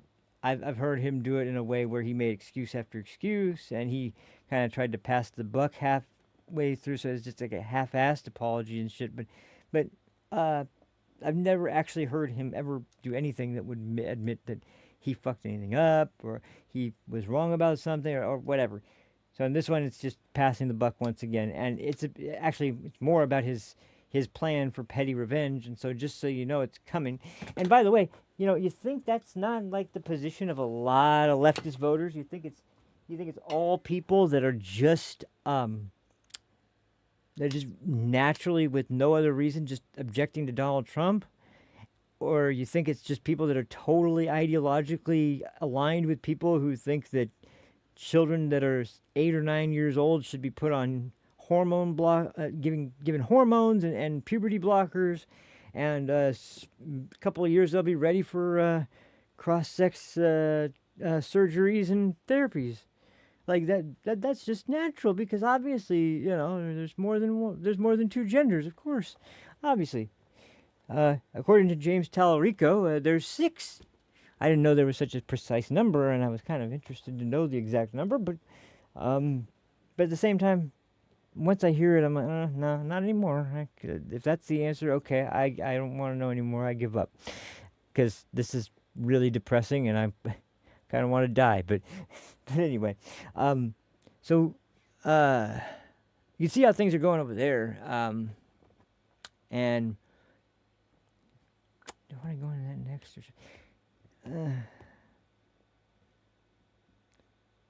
I guess I should finish it by bleeding into one of the other subjects. We'll get into Hassan CHOP in just a second, but actually, you know what? I am going to get into Hassan CHOP because real quick, just the last thing I'll say on this. I don't think that the people that are featured here, and this is one of the saving graces, I don't think that the people featured here are going to, any of them, whether it's the ones featured here or it's the ones that aren't here, but you hear about all the time, and are constantly bitching and moaning, and it's I've actually, you know, I was really critical, but I shouldn't have been, I guess, because Theo Vaughn, I've been hearing more about what's been going on with that guy, and he's wrong, but man, somebody screwed with his head like really bad, and whatever kind of medications he's been on, I think he's been done a serious disservice. Like, to be honest, I heard him on. I only heard it out of context the first time. I didn't hear the part about how long he'd been on certain types of antidepressants. I don't know what kind of antidepressants or how extreme and what the conditions were. And after hearing a little bit more context, it sounds to me like he was kind of, it's almost the same. And I don't want to say it like this to make it seem like it's something, you know, that's totally like fantasy, but there is a grain of it involved when you have someone who comes in and says, I think I may be depressed, and rather than even question anybody about it, they just leave and come back and say, all right, well, here, I'm going to prescribe you this. And it's like, wait, what? And I don't know how, once again, I don't know exactly what he's on, but I know it must be strong because he talked about side effects that were really serious. Now, I'll just admit it. There was a time in my life where I was on antidepressants. I'm one of the lucky ones, though, and honestly, they never did anything for me. Like, I tried taking them for a certain period of time, and I just didn't notice any difference. And I just was like, whatever, hell with these. Now, maybe that's because I was misdiagnosed, and it was much more of an issue of anxiety and panic disorder than it was of depression. That may have been the issue, even though at the time it seemed much stronger like a issue of depression. But that being said, I don't necessarily blame my doctor because he started with something very, very, very light, very low grade. And when I realized it wasn't working, I was feeling a change, but this wasn't the kind of change that I thought was going to help me out. I just didn't feel it. He listened, he took me off of them, and we never really were able to until much later when I came back and I was prescribed something for anxiety that was much more appropriate. And I will say, that was I was much more lucky to deal with that scenario because listening to the way Theo Vaughn talked, I just thought he was kind of a nutbag. And then I remember, you know, the statistic around how many people are on different types of depression medication and where the majority of cases of depression are in the United States. And a lot of people that are unfamiliar with mental illness. And as I've said before, I've got a lot of it. And I'm not talking just like nebulous way. I'm talking about hardcore, extreme bipolar, hardcore freaking anxiety disorder, extreme levels of ADHD among some people, and even some OCD. And then, as I've talked about before, I have a family member who is in prison. I think there is some serious. I've heard him talk about this, and he hasn't been formally diagnosed, but I could almost guarantee if he went into a doctor and talked about this stuff, it would be an issue where he very well may be diagnosed with at least some mild form of PTSD because, as I've said before, bear in mind he was in prison for over 22 years, 23 years, and he's talked about some of the stuff he's seen to me, and I will say, yeah, that's the kind of shit that would give someone PTSD for sure. It's no joke. That literally is one of the areas of types of horrific things you can see and that can happen at the drop of a hat, really. And you would never know they were coming, that are so equivalent in terms of impact to being in war or being in a combat zone. That what do we have here?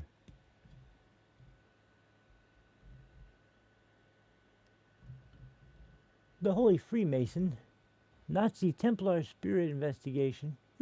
I will check that out. Anyway, and I am not sure what. Thank you for the comment. I'm not, and thank you for checking out the channel, by the way. But yeah, it's man, it's intense. It's really intense. And so when you're living with that kind of thing, I heard him discuss, because I was staying with him for a while at his house, and he was telling me, yeah, sometimes I wake up and I don't remember that I'm in my home, and I feel like I'm back in I forget that I'm not in the prison cell still. That's got to be.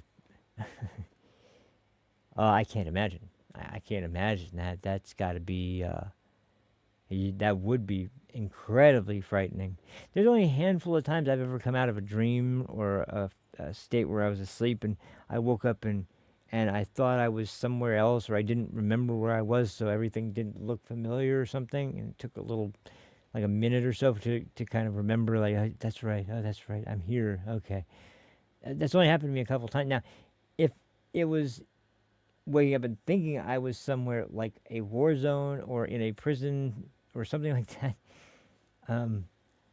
that I can't imagine how jarring that is. But I can see that being a case of somebody where you would need to be mentioned. But once again, I'm not trying to, just as a blanket statement, decry the concept of psychological medications and different treatment techniques.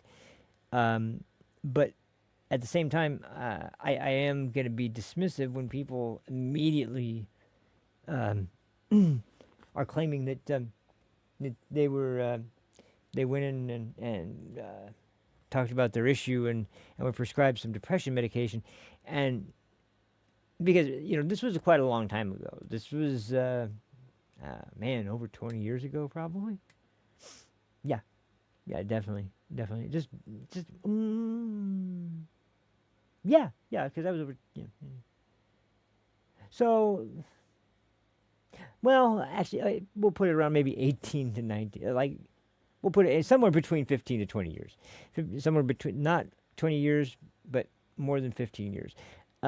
So that's a significant amount of time, and I don't know the difference between depression medication then and now, but the medications change so frequently, and the medical industrial complex, man, they well, it's the same group of people that released Oxycontin, and so and I can understand opiates to treat pain. I'm completely opposed to that either. I know that's a very, very common perspective. I think there is a level of responsibility that a lot of people have, and I've seen it, to where those are legitimately helpful for some serious. Maybe this is because I've had a condition with my jaw, and I've talked about where it literally puts my face in a position where it feels like it's being crushed by a vice. Like it's not like a migraine where it gives you other side of it. It's just this sheer, incredibly intense pain of something like a headache, but way, way, way, way, way worse and affecting about half of your face. And so in those cases, I was doing one of two things. I was either taking way too much ibuprofen that was definitely a bad idea for my digestive system, because whether you're talking about ibuprofen or you're talking about acetaminophen, which is Tylenol, either one, they're not good for your digestive system at all. They can really seriously mess it up, especially after a prolonged period of use. But you can do that, which I was doing for a long time, or you can take one or two types of prescription painkillers and take far less in any given day. And if you don't, yes, that can lead to dependence, absolutely. But as long as you are, as long as you're responsible with it, you can actually have it work out to where it doesn't turn into some kind of serious issue. And as long as you understand the gravity, and I think that's really one of the bigger issues with the whole medical use for any drug, is that these are attempted to be passed off as things that are totally fine. Yeah, there's no, just be careful with this. Or just it's like it's so laxed and laid back when they tell you the warnings, and they're not treated significantly. But I also don't think it's appropriate for pharmacists who are maybe they're trying to do good, but they know nothing about your. Like I knew this guy. He came from another state, and he moved here while I was tattooing and commuting to work every day. He was in a motorcycle accident where, in the course of the wreck, the motorcycle landed on his back, and that was basically how he ended up on the ground and kind of needing to be assisted up and wheeled off to a hospital. He recovered and was able to walk, and he could get around fine, except he had to have pain medication, or he literally was paralyzed every morning. Like, he couldn't move. Now, I get the concern, but when you have pharmacists who try to completely basically get up on a soapbox and preach to you about how terrible these are for you and you shouldn't take these, I'm sorry, me and my doctor know this information. Do you know my medical history? Do you know why I'm taking them? Do you know what happened in my past to make me? No, you don't. So, while I appreciate the concern, I would say that I know my health and my condition much better than you, and as a pharmacist, I would appreciate you doing the job you're supposed to do and helping me with what my doctor, geez, my doctor has prescribed to me, because and this guy, you know, he'd been going to the same doctor for like over 15, 20 years probably. Maybe not quite that long. Actually, yeah, I remember now. It was like 10 to 12 years, something like that. It was around 10 years. But anyway, he'd been going there, and when he moved here, because of the difference in California, where they don't care here if you want to smoke a joint on the corner. They don't care here if you want to, not even if you're, I don't know, if you're in San Francisco, you can be shooting up heroin. This wasn't that recent. This was much more like 2012, 2013, 14, somewhere in there. So we weren't quite at the levels of hell that San Francisco is in now, where it's just, junkies and the living dead everywhere you go. But regardless, that's where we are now. So, yeah, it's like we could live in this state where all that is tolerated, and it's compassionate to allow them safe injection sites and give them, crack pipes and all the other stuff they gave them under the last administration. But you try to get some of the kind of lowest grade of opiate pain medication you can get that you've been taking for a very, very serious accident or injury, and then you have some freaking liberal pharmacists talk about how evil this is and how terrible the medical industry is. It's like, oh, okay, well, you guys prop it up, so you would know, wouldn't you? And I appreciate it, but just get my damn medication, please.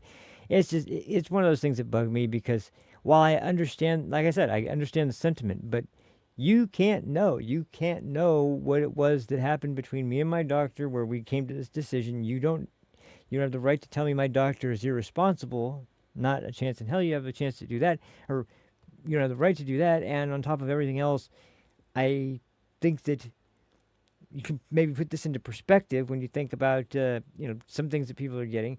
Maybe even at this pharmacy, there are people that are prescribed insanely huge amounts of things with no real underlying condition other than I got a cramp in my back, and so there's levels. I can understand, but lumping everything in, I just hate it when that happens. It's like, instead of looking case by case, everything's looked at as a blanket yes or no statement. There's no nuance. There's no nothing, and in order to feel virtuous, we have to throw our weight around and our 2 cents. And it's just condescending sounding to me. Anyway,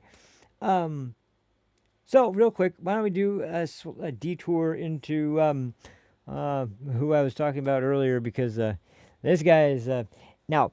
Don't get too excited, because I don't think it's going to lead to exactly what everybody's saying. But when we're talking about Mr. Chop guy, what's his name? Hassan CHOP! Hassan. That's right, Hassan. Now he, in case you haven't heard, his little humanitarian trip to Cuba that he thought was such a great idea to go and propagandize how great the Cuban government was. He was what was he indicted on it, or was he? He got a subpoena. He was served a subpoena. Now a lot of people are speculating that he's going to be serving time for this, and I can say I really don't think that's going to happen. I know people have looked into the case, and they've looked into what people are saying about it and what he did as well. And that all does make sense. However, there is one thing that can be made a serious case for, which is that despite all the rhetoric, as far as I know, he doesn't have a criminal history. As far as I know, he's also, the guy does nothing but stream to his sycophant group of followers that are a bunch of absolute, bottom of the barrel kinds of people that were listening to you. So, but...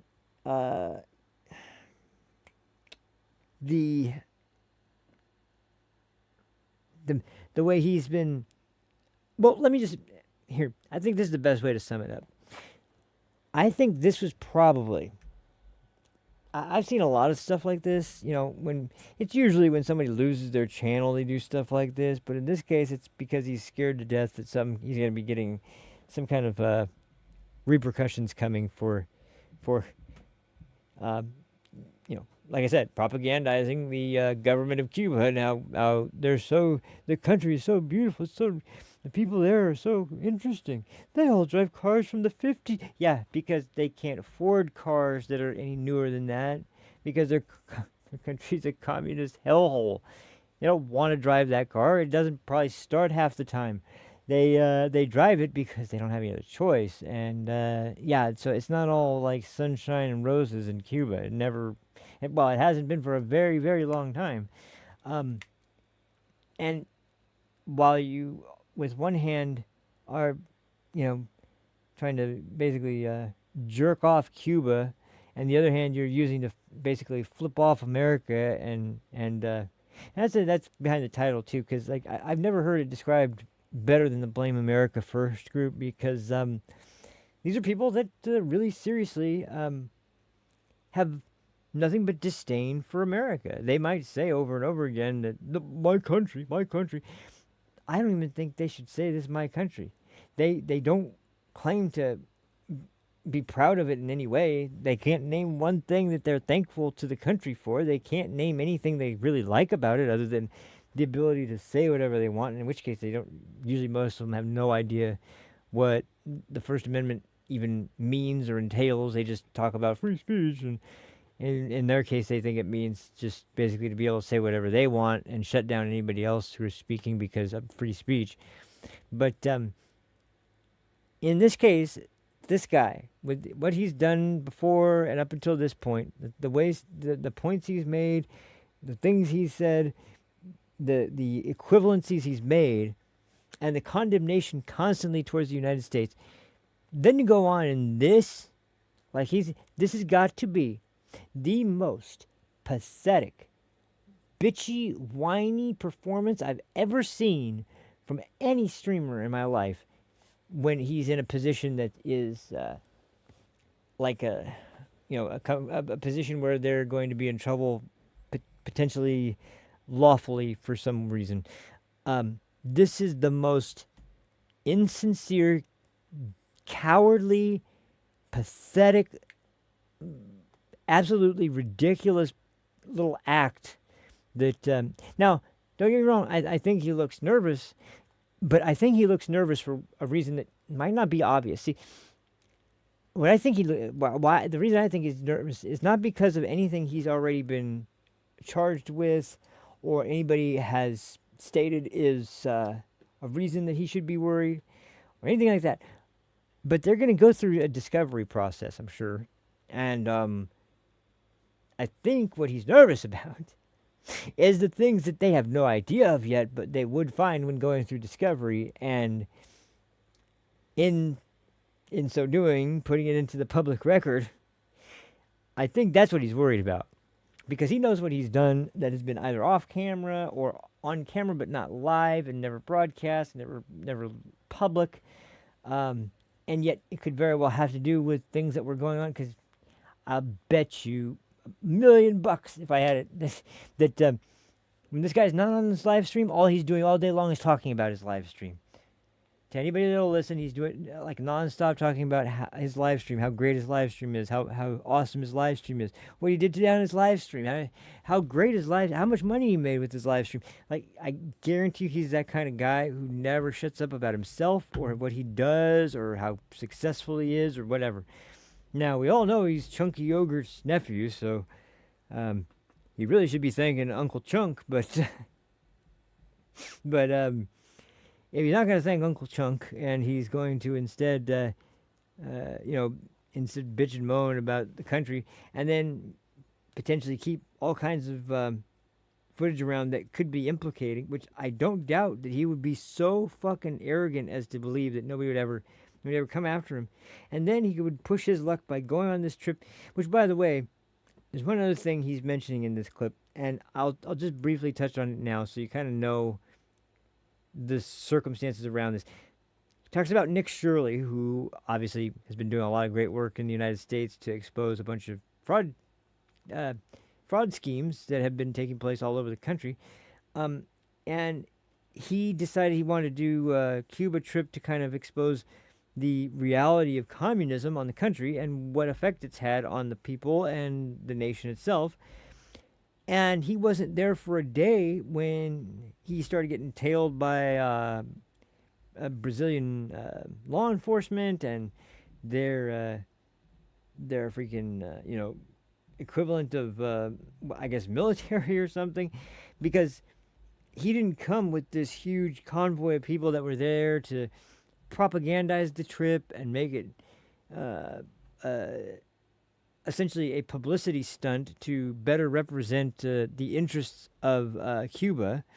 They made it a... did I say Brazil by accident? I didn't mean Brazil. I'm sorry, Brazil. I didn't mean Brazil. I meant Cuba.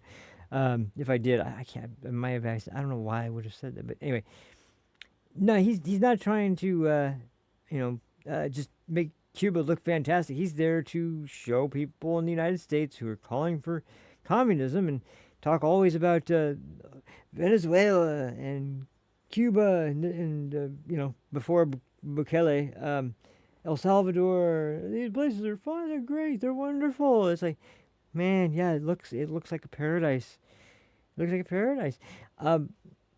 So Nick Shirley coming draws the ire of a bunch of people, and they try to make this case. Now, I don't even know if this is true or not, because, once again, I guarantee you Hassan had attorneys and people who are experts at traveling to hostile nations or nations that we're adversaries of or things like that, and knew exactly where the legal lines are, where they end, where it's legal action, where it's non-legal action, what you can do, what you can't do, what you can spend money on, what you can't, blah, blah, blah.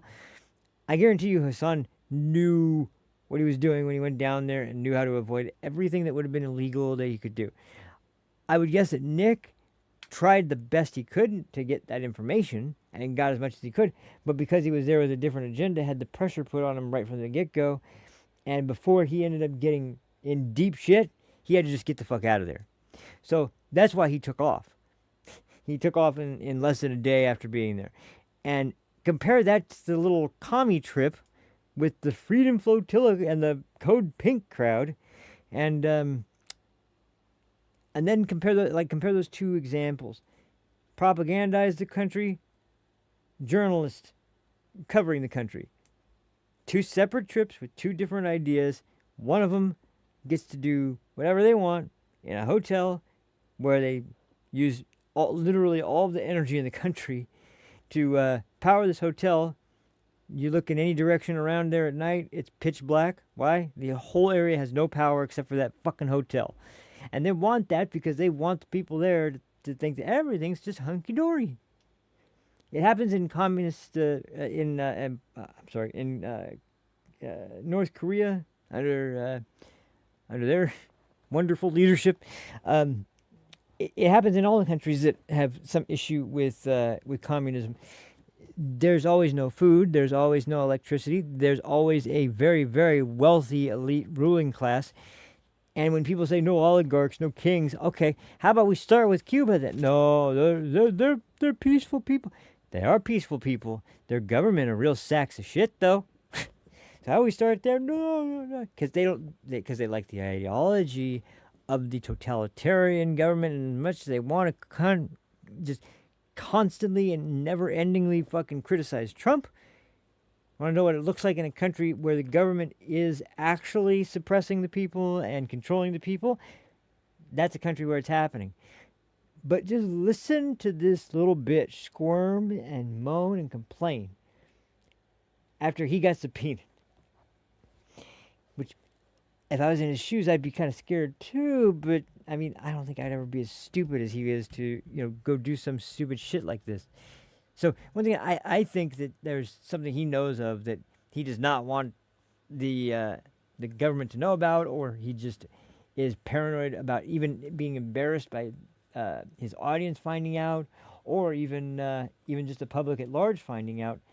I don't know. I can't prove that, obviously, but we'll see how things pan out. But as for now, I'll just say right now, and then we'll play the video, and I'll go into detail it. I think that what I'm hoping to see, and what I think is maybe a little bit more realistic to see, is a punishment not of jail time, not of being put in prison, nothing like that.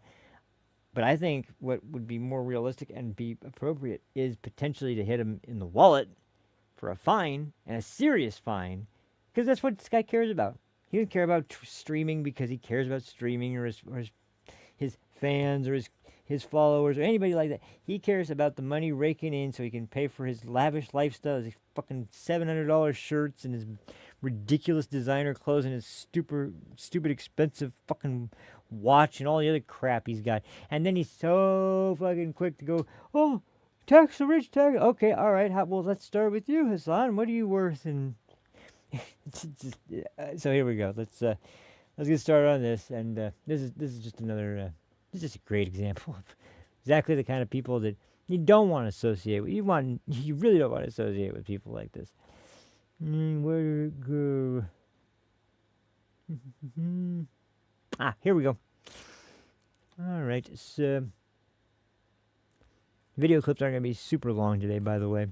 I hope you guys like that intro, too. We are going to talk about Graham Plattner right after this, but I'll try to make it quick because I didn't want to do a super long show today, but, well, it looks like I'm probably going to anyway. But anyway, let's go ahead and do this one.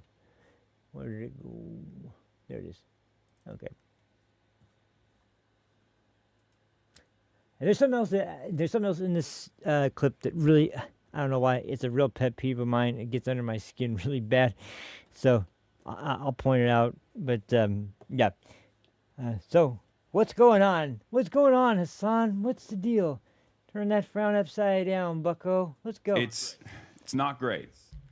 The news is not great. Okay? I mean, it's bullshit. Oh. But still not great that,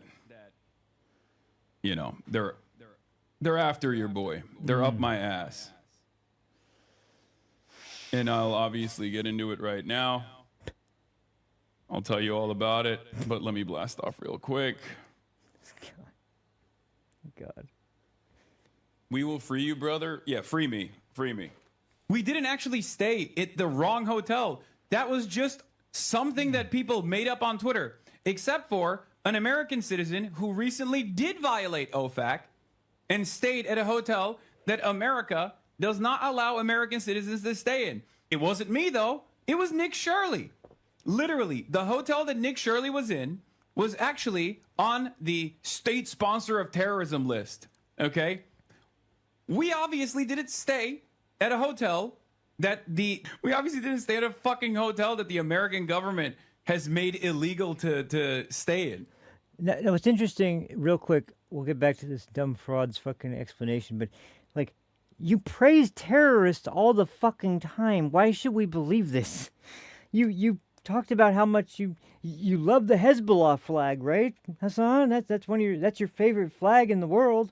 And you constantly talk about the freedom fighters in Palestine and the genocide and the ethnic cleansing, and how Hamas is standing up for the people of Palestine. So I'm confused. Like I thought, fuck the United States and their evil genocidal laws. Why are you so staunchly defending the fact that you wouldn't stay in a state sponsor of terror's hotel?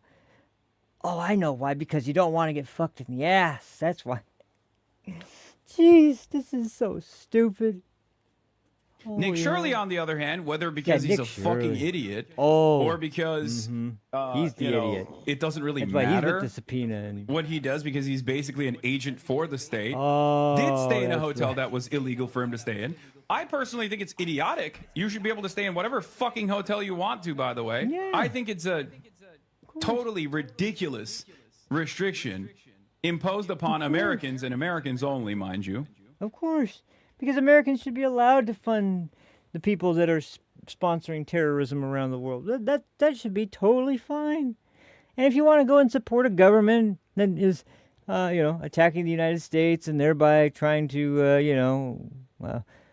destroy the country and ruin our country's standing around the world and destroy our infrastructure and remove the one place left on the planet that has free speech and Second Amendment right to bear arms, and the legal protections we do, that like the ones that are probably going to find you not on the hook for a crime that will end you up in prison. All the things that you would like to avoid, I'm sure, because you got to get back home to those big wealth. Which, by the way, with Nick Shirley and all the ties he apparently has, how many mansions does he own? Hassan, is he some kind of super wealthy guy? Oh wait, that's you. It's you. Yeah, you're the guy who, which by the way, if you want to get some extra taxes, you can always send more money. You can always, figure out the percentage. Figure out what is not being covered by what you think would be appropriate, and you can start with yourself. You can start sending in more money, and that one, I'm sure they'll take it. I'm sure they'll take it. I can fucking guarantee they'll take it. But why don't you start there, son?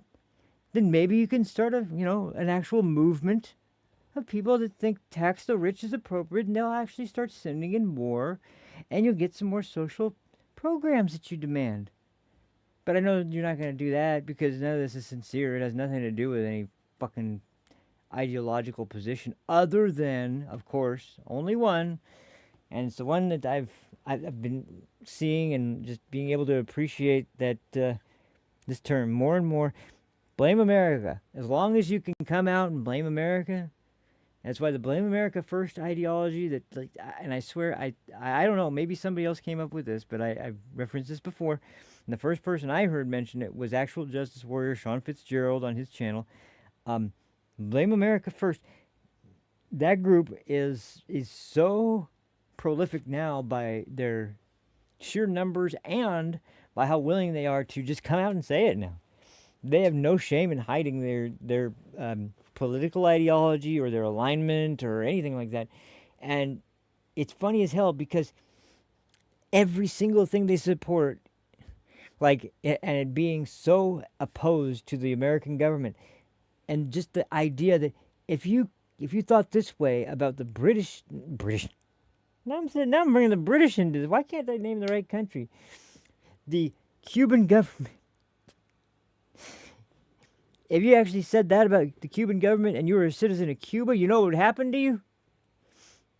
You might be alive, but you would be wishing you were dead by now, because they would be fucking, it would be slow and very painful torture. My God, it's so amazing. I don't know if they just deny reality or if they're well aware, but they just are not they know not to. But then again, this guy's an idiot. He doesn't even know the laws in his own country. He's trying to talk about Nick Shirley doing this illegal thing, according to. Well, first of all, this is kind of a bad way to present it. There are hotels and places that are known and approved by the American government that are not that do not fund terrorism or fund any kind of activities by an adversarial regime. But it's not like a solid list of you can stay here and you can't stay here. It's just a list of information that we know for a fact. And by the way, there's all kinds of different things, which is why I say he probably will not get in trouble. There are provisions like if you're bringing aid or supplies to civilians or non-combatants in a country that we're adversarial to or whatever, those things are all legal.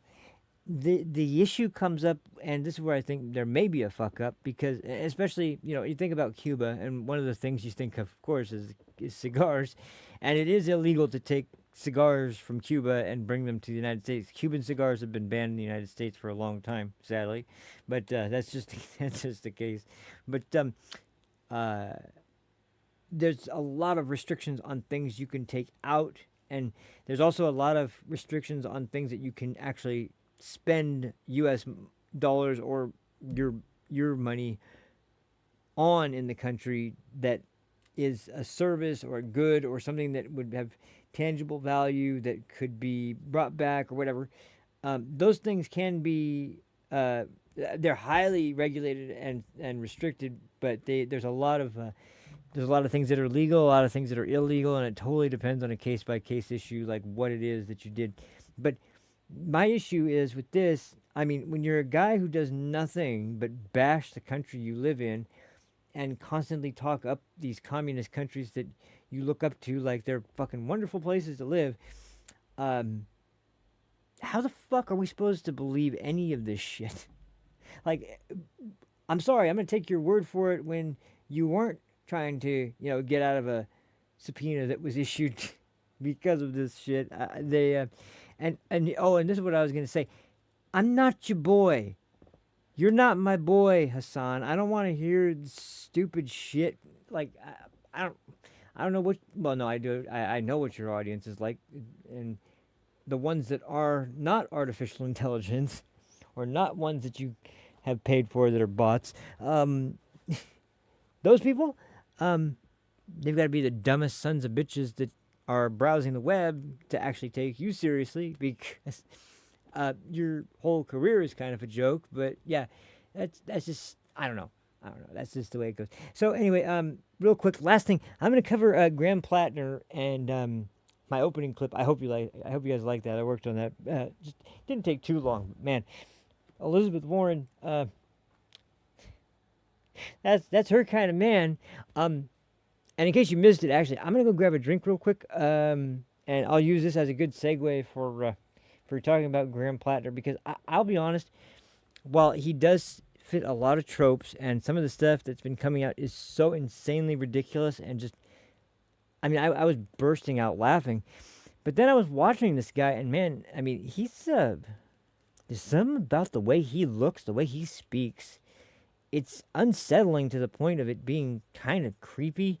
I just think this guy is fucking seriously dangerous. I don't know. I just think this guy is seriously dangerous in a way that, I'm not just talking like, dangerous in his rhetoric. I just mean, I think the guy is the kind of guy who would, I hate to say this, but it's the kind of guy who potentially would go in and potentially have the intent to do damage to other people in the building. Like, I'm just saying, I get the impression with his temper and his attitude and his rhetoric and the things he said about fellow veterans, things he said about the military more broadly, the way he's responded to those charges and or those instances, and just overall, like I said, the guy's demeanor. He is not, and just the things he said that people would generally,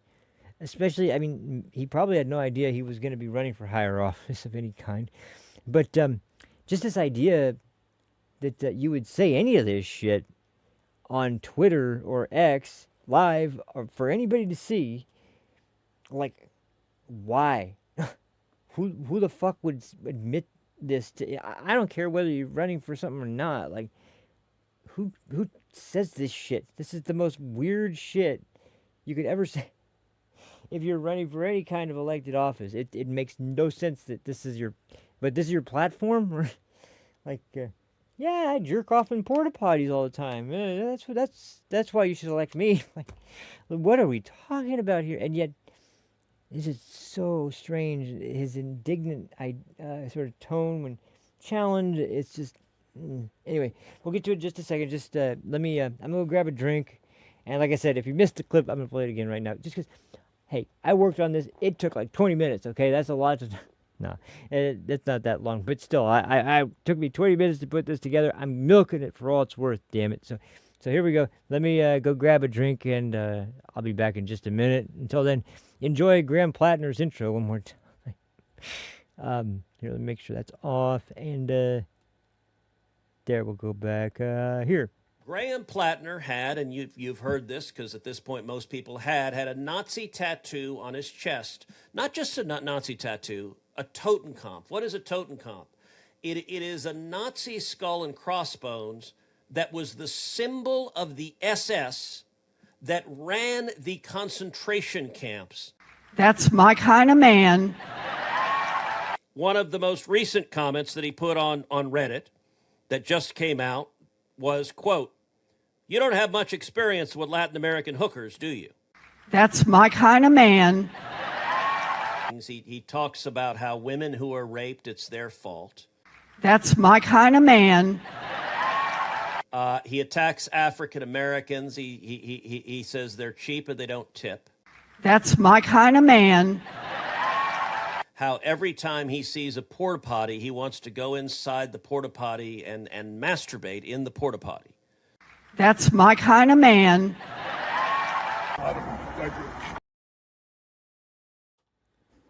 Yeah, so that's Elizabeth Warren's kind of man.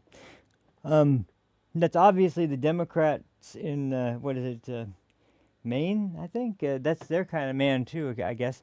But yeah, all those quotes are legit and come from his page. But just to provide a little bit more context around the situation, this is the rest of the discussion from Ted Cruz's podcast that he does. So this is probably the best example of what I'm talking about, because just listen to the disdain he has for a fellow soldier, and then when challenged about this later, the way he speaks to somebody asking a follow-up question about why he was talking this way about somebody who was in combat and was serving his country, and yet, rather than showing respect, he said the guy should have never made it out alive from this. Like, this is some sick shit. This is really disgusting shit. And yet he wants to go on and on about how, well, look at what my unit was. Like, okay, yeah, I would say the same thing, but if you are trying to persuade me that for some reason your sacrifice and your time in the military was more valuable than somebody else's who was putting his life on the line, the same as you, somehow yours is more valuable, you can fuck right off with that, because, you know, if you're actually displaying the courage to fight in combat, no matter how you perform, people in high pressure moments are going to have who knows what happen to them. They may freeze up. They may lose all confidence. They may perform better. But who the fuck are you to act like that's something for you to criticize or make judgments about the guy for? I don't care how much of an expert you are. And this is something, you know, you sometimes hear from the left who are gun owners like this. It's really weird because they try to act with this real strong... I remember Mr. Medic one time. He's talking about this guy who was he's trying to tell him. He couldn't even remember exactly what it was. He's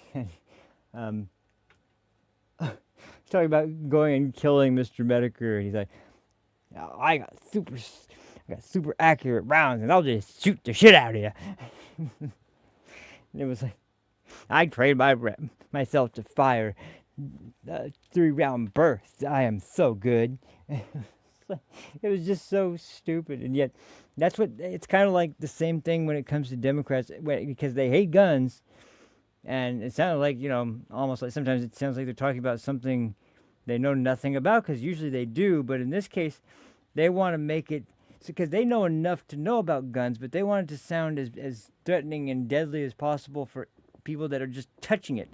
So, so they have to kind of use ambiguous language to make it seem like it's super. You have to go through like super intense training just to even be allowed to touch the gun, and then after that, you have to always be supervised whenever you're touching it because you can't be trusted. It's like, dude, okay, when I go to the range, you know, nobody has to look over me and make sure that I'm doing everything right by the book to be able to handle a firearm and not, you know, blow my hand off or something. You're talking like you're pandering. You're just pandering. And yet, at the same time, you're kind of speaking in a way that gives away the game at the same time. That's exactly what you're doing because you want to placate your party.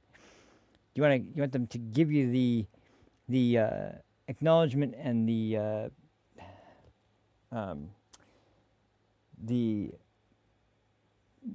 respect that you feel rightly, in some cases, in some way, deserved to be given for defending your country in a time of war against an enemy. Yeah, that's true. But then you run another soldier down who's doing the same thing, and you're, you know, going and openly criticizing him and saying such disgusting shit that you insinuate he should have gotten killed in that situation and never made it back home. And I can only imagine that, like, okay, so that guy gets elected. Like, what's the family of that guy think? They know there's somebody in the United States Senate who thinks that their loved one, their family member, should have gotten killed in combat and never made it back to the United States. What kind of fucking representative is that? What does he represent? Sure as hell doesn't represent America with that statement. And if he wants to, like, bemoan the fact that his unit had sacrificed a lot, great.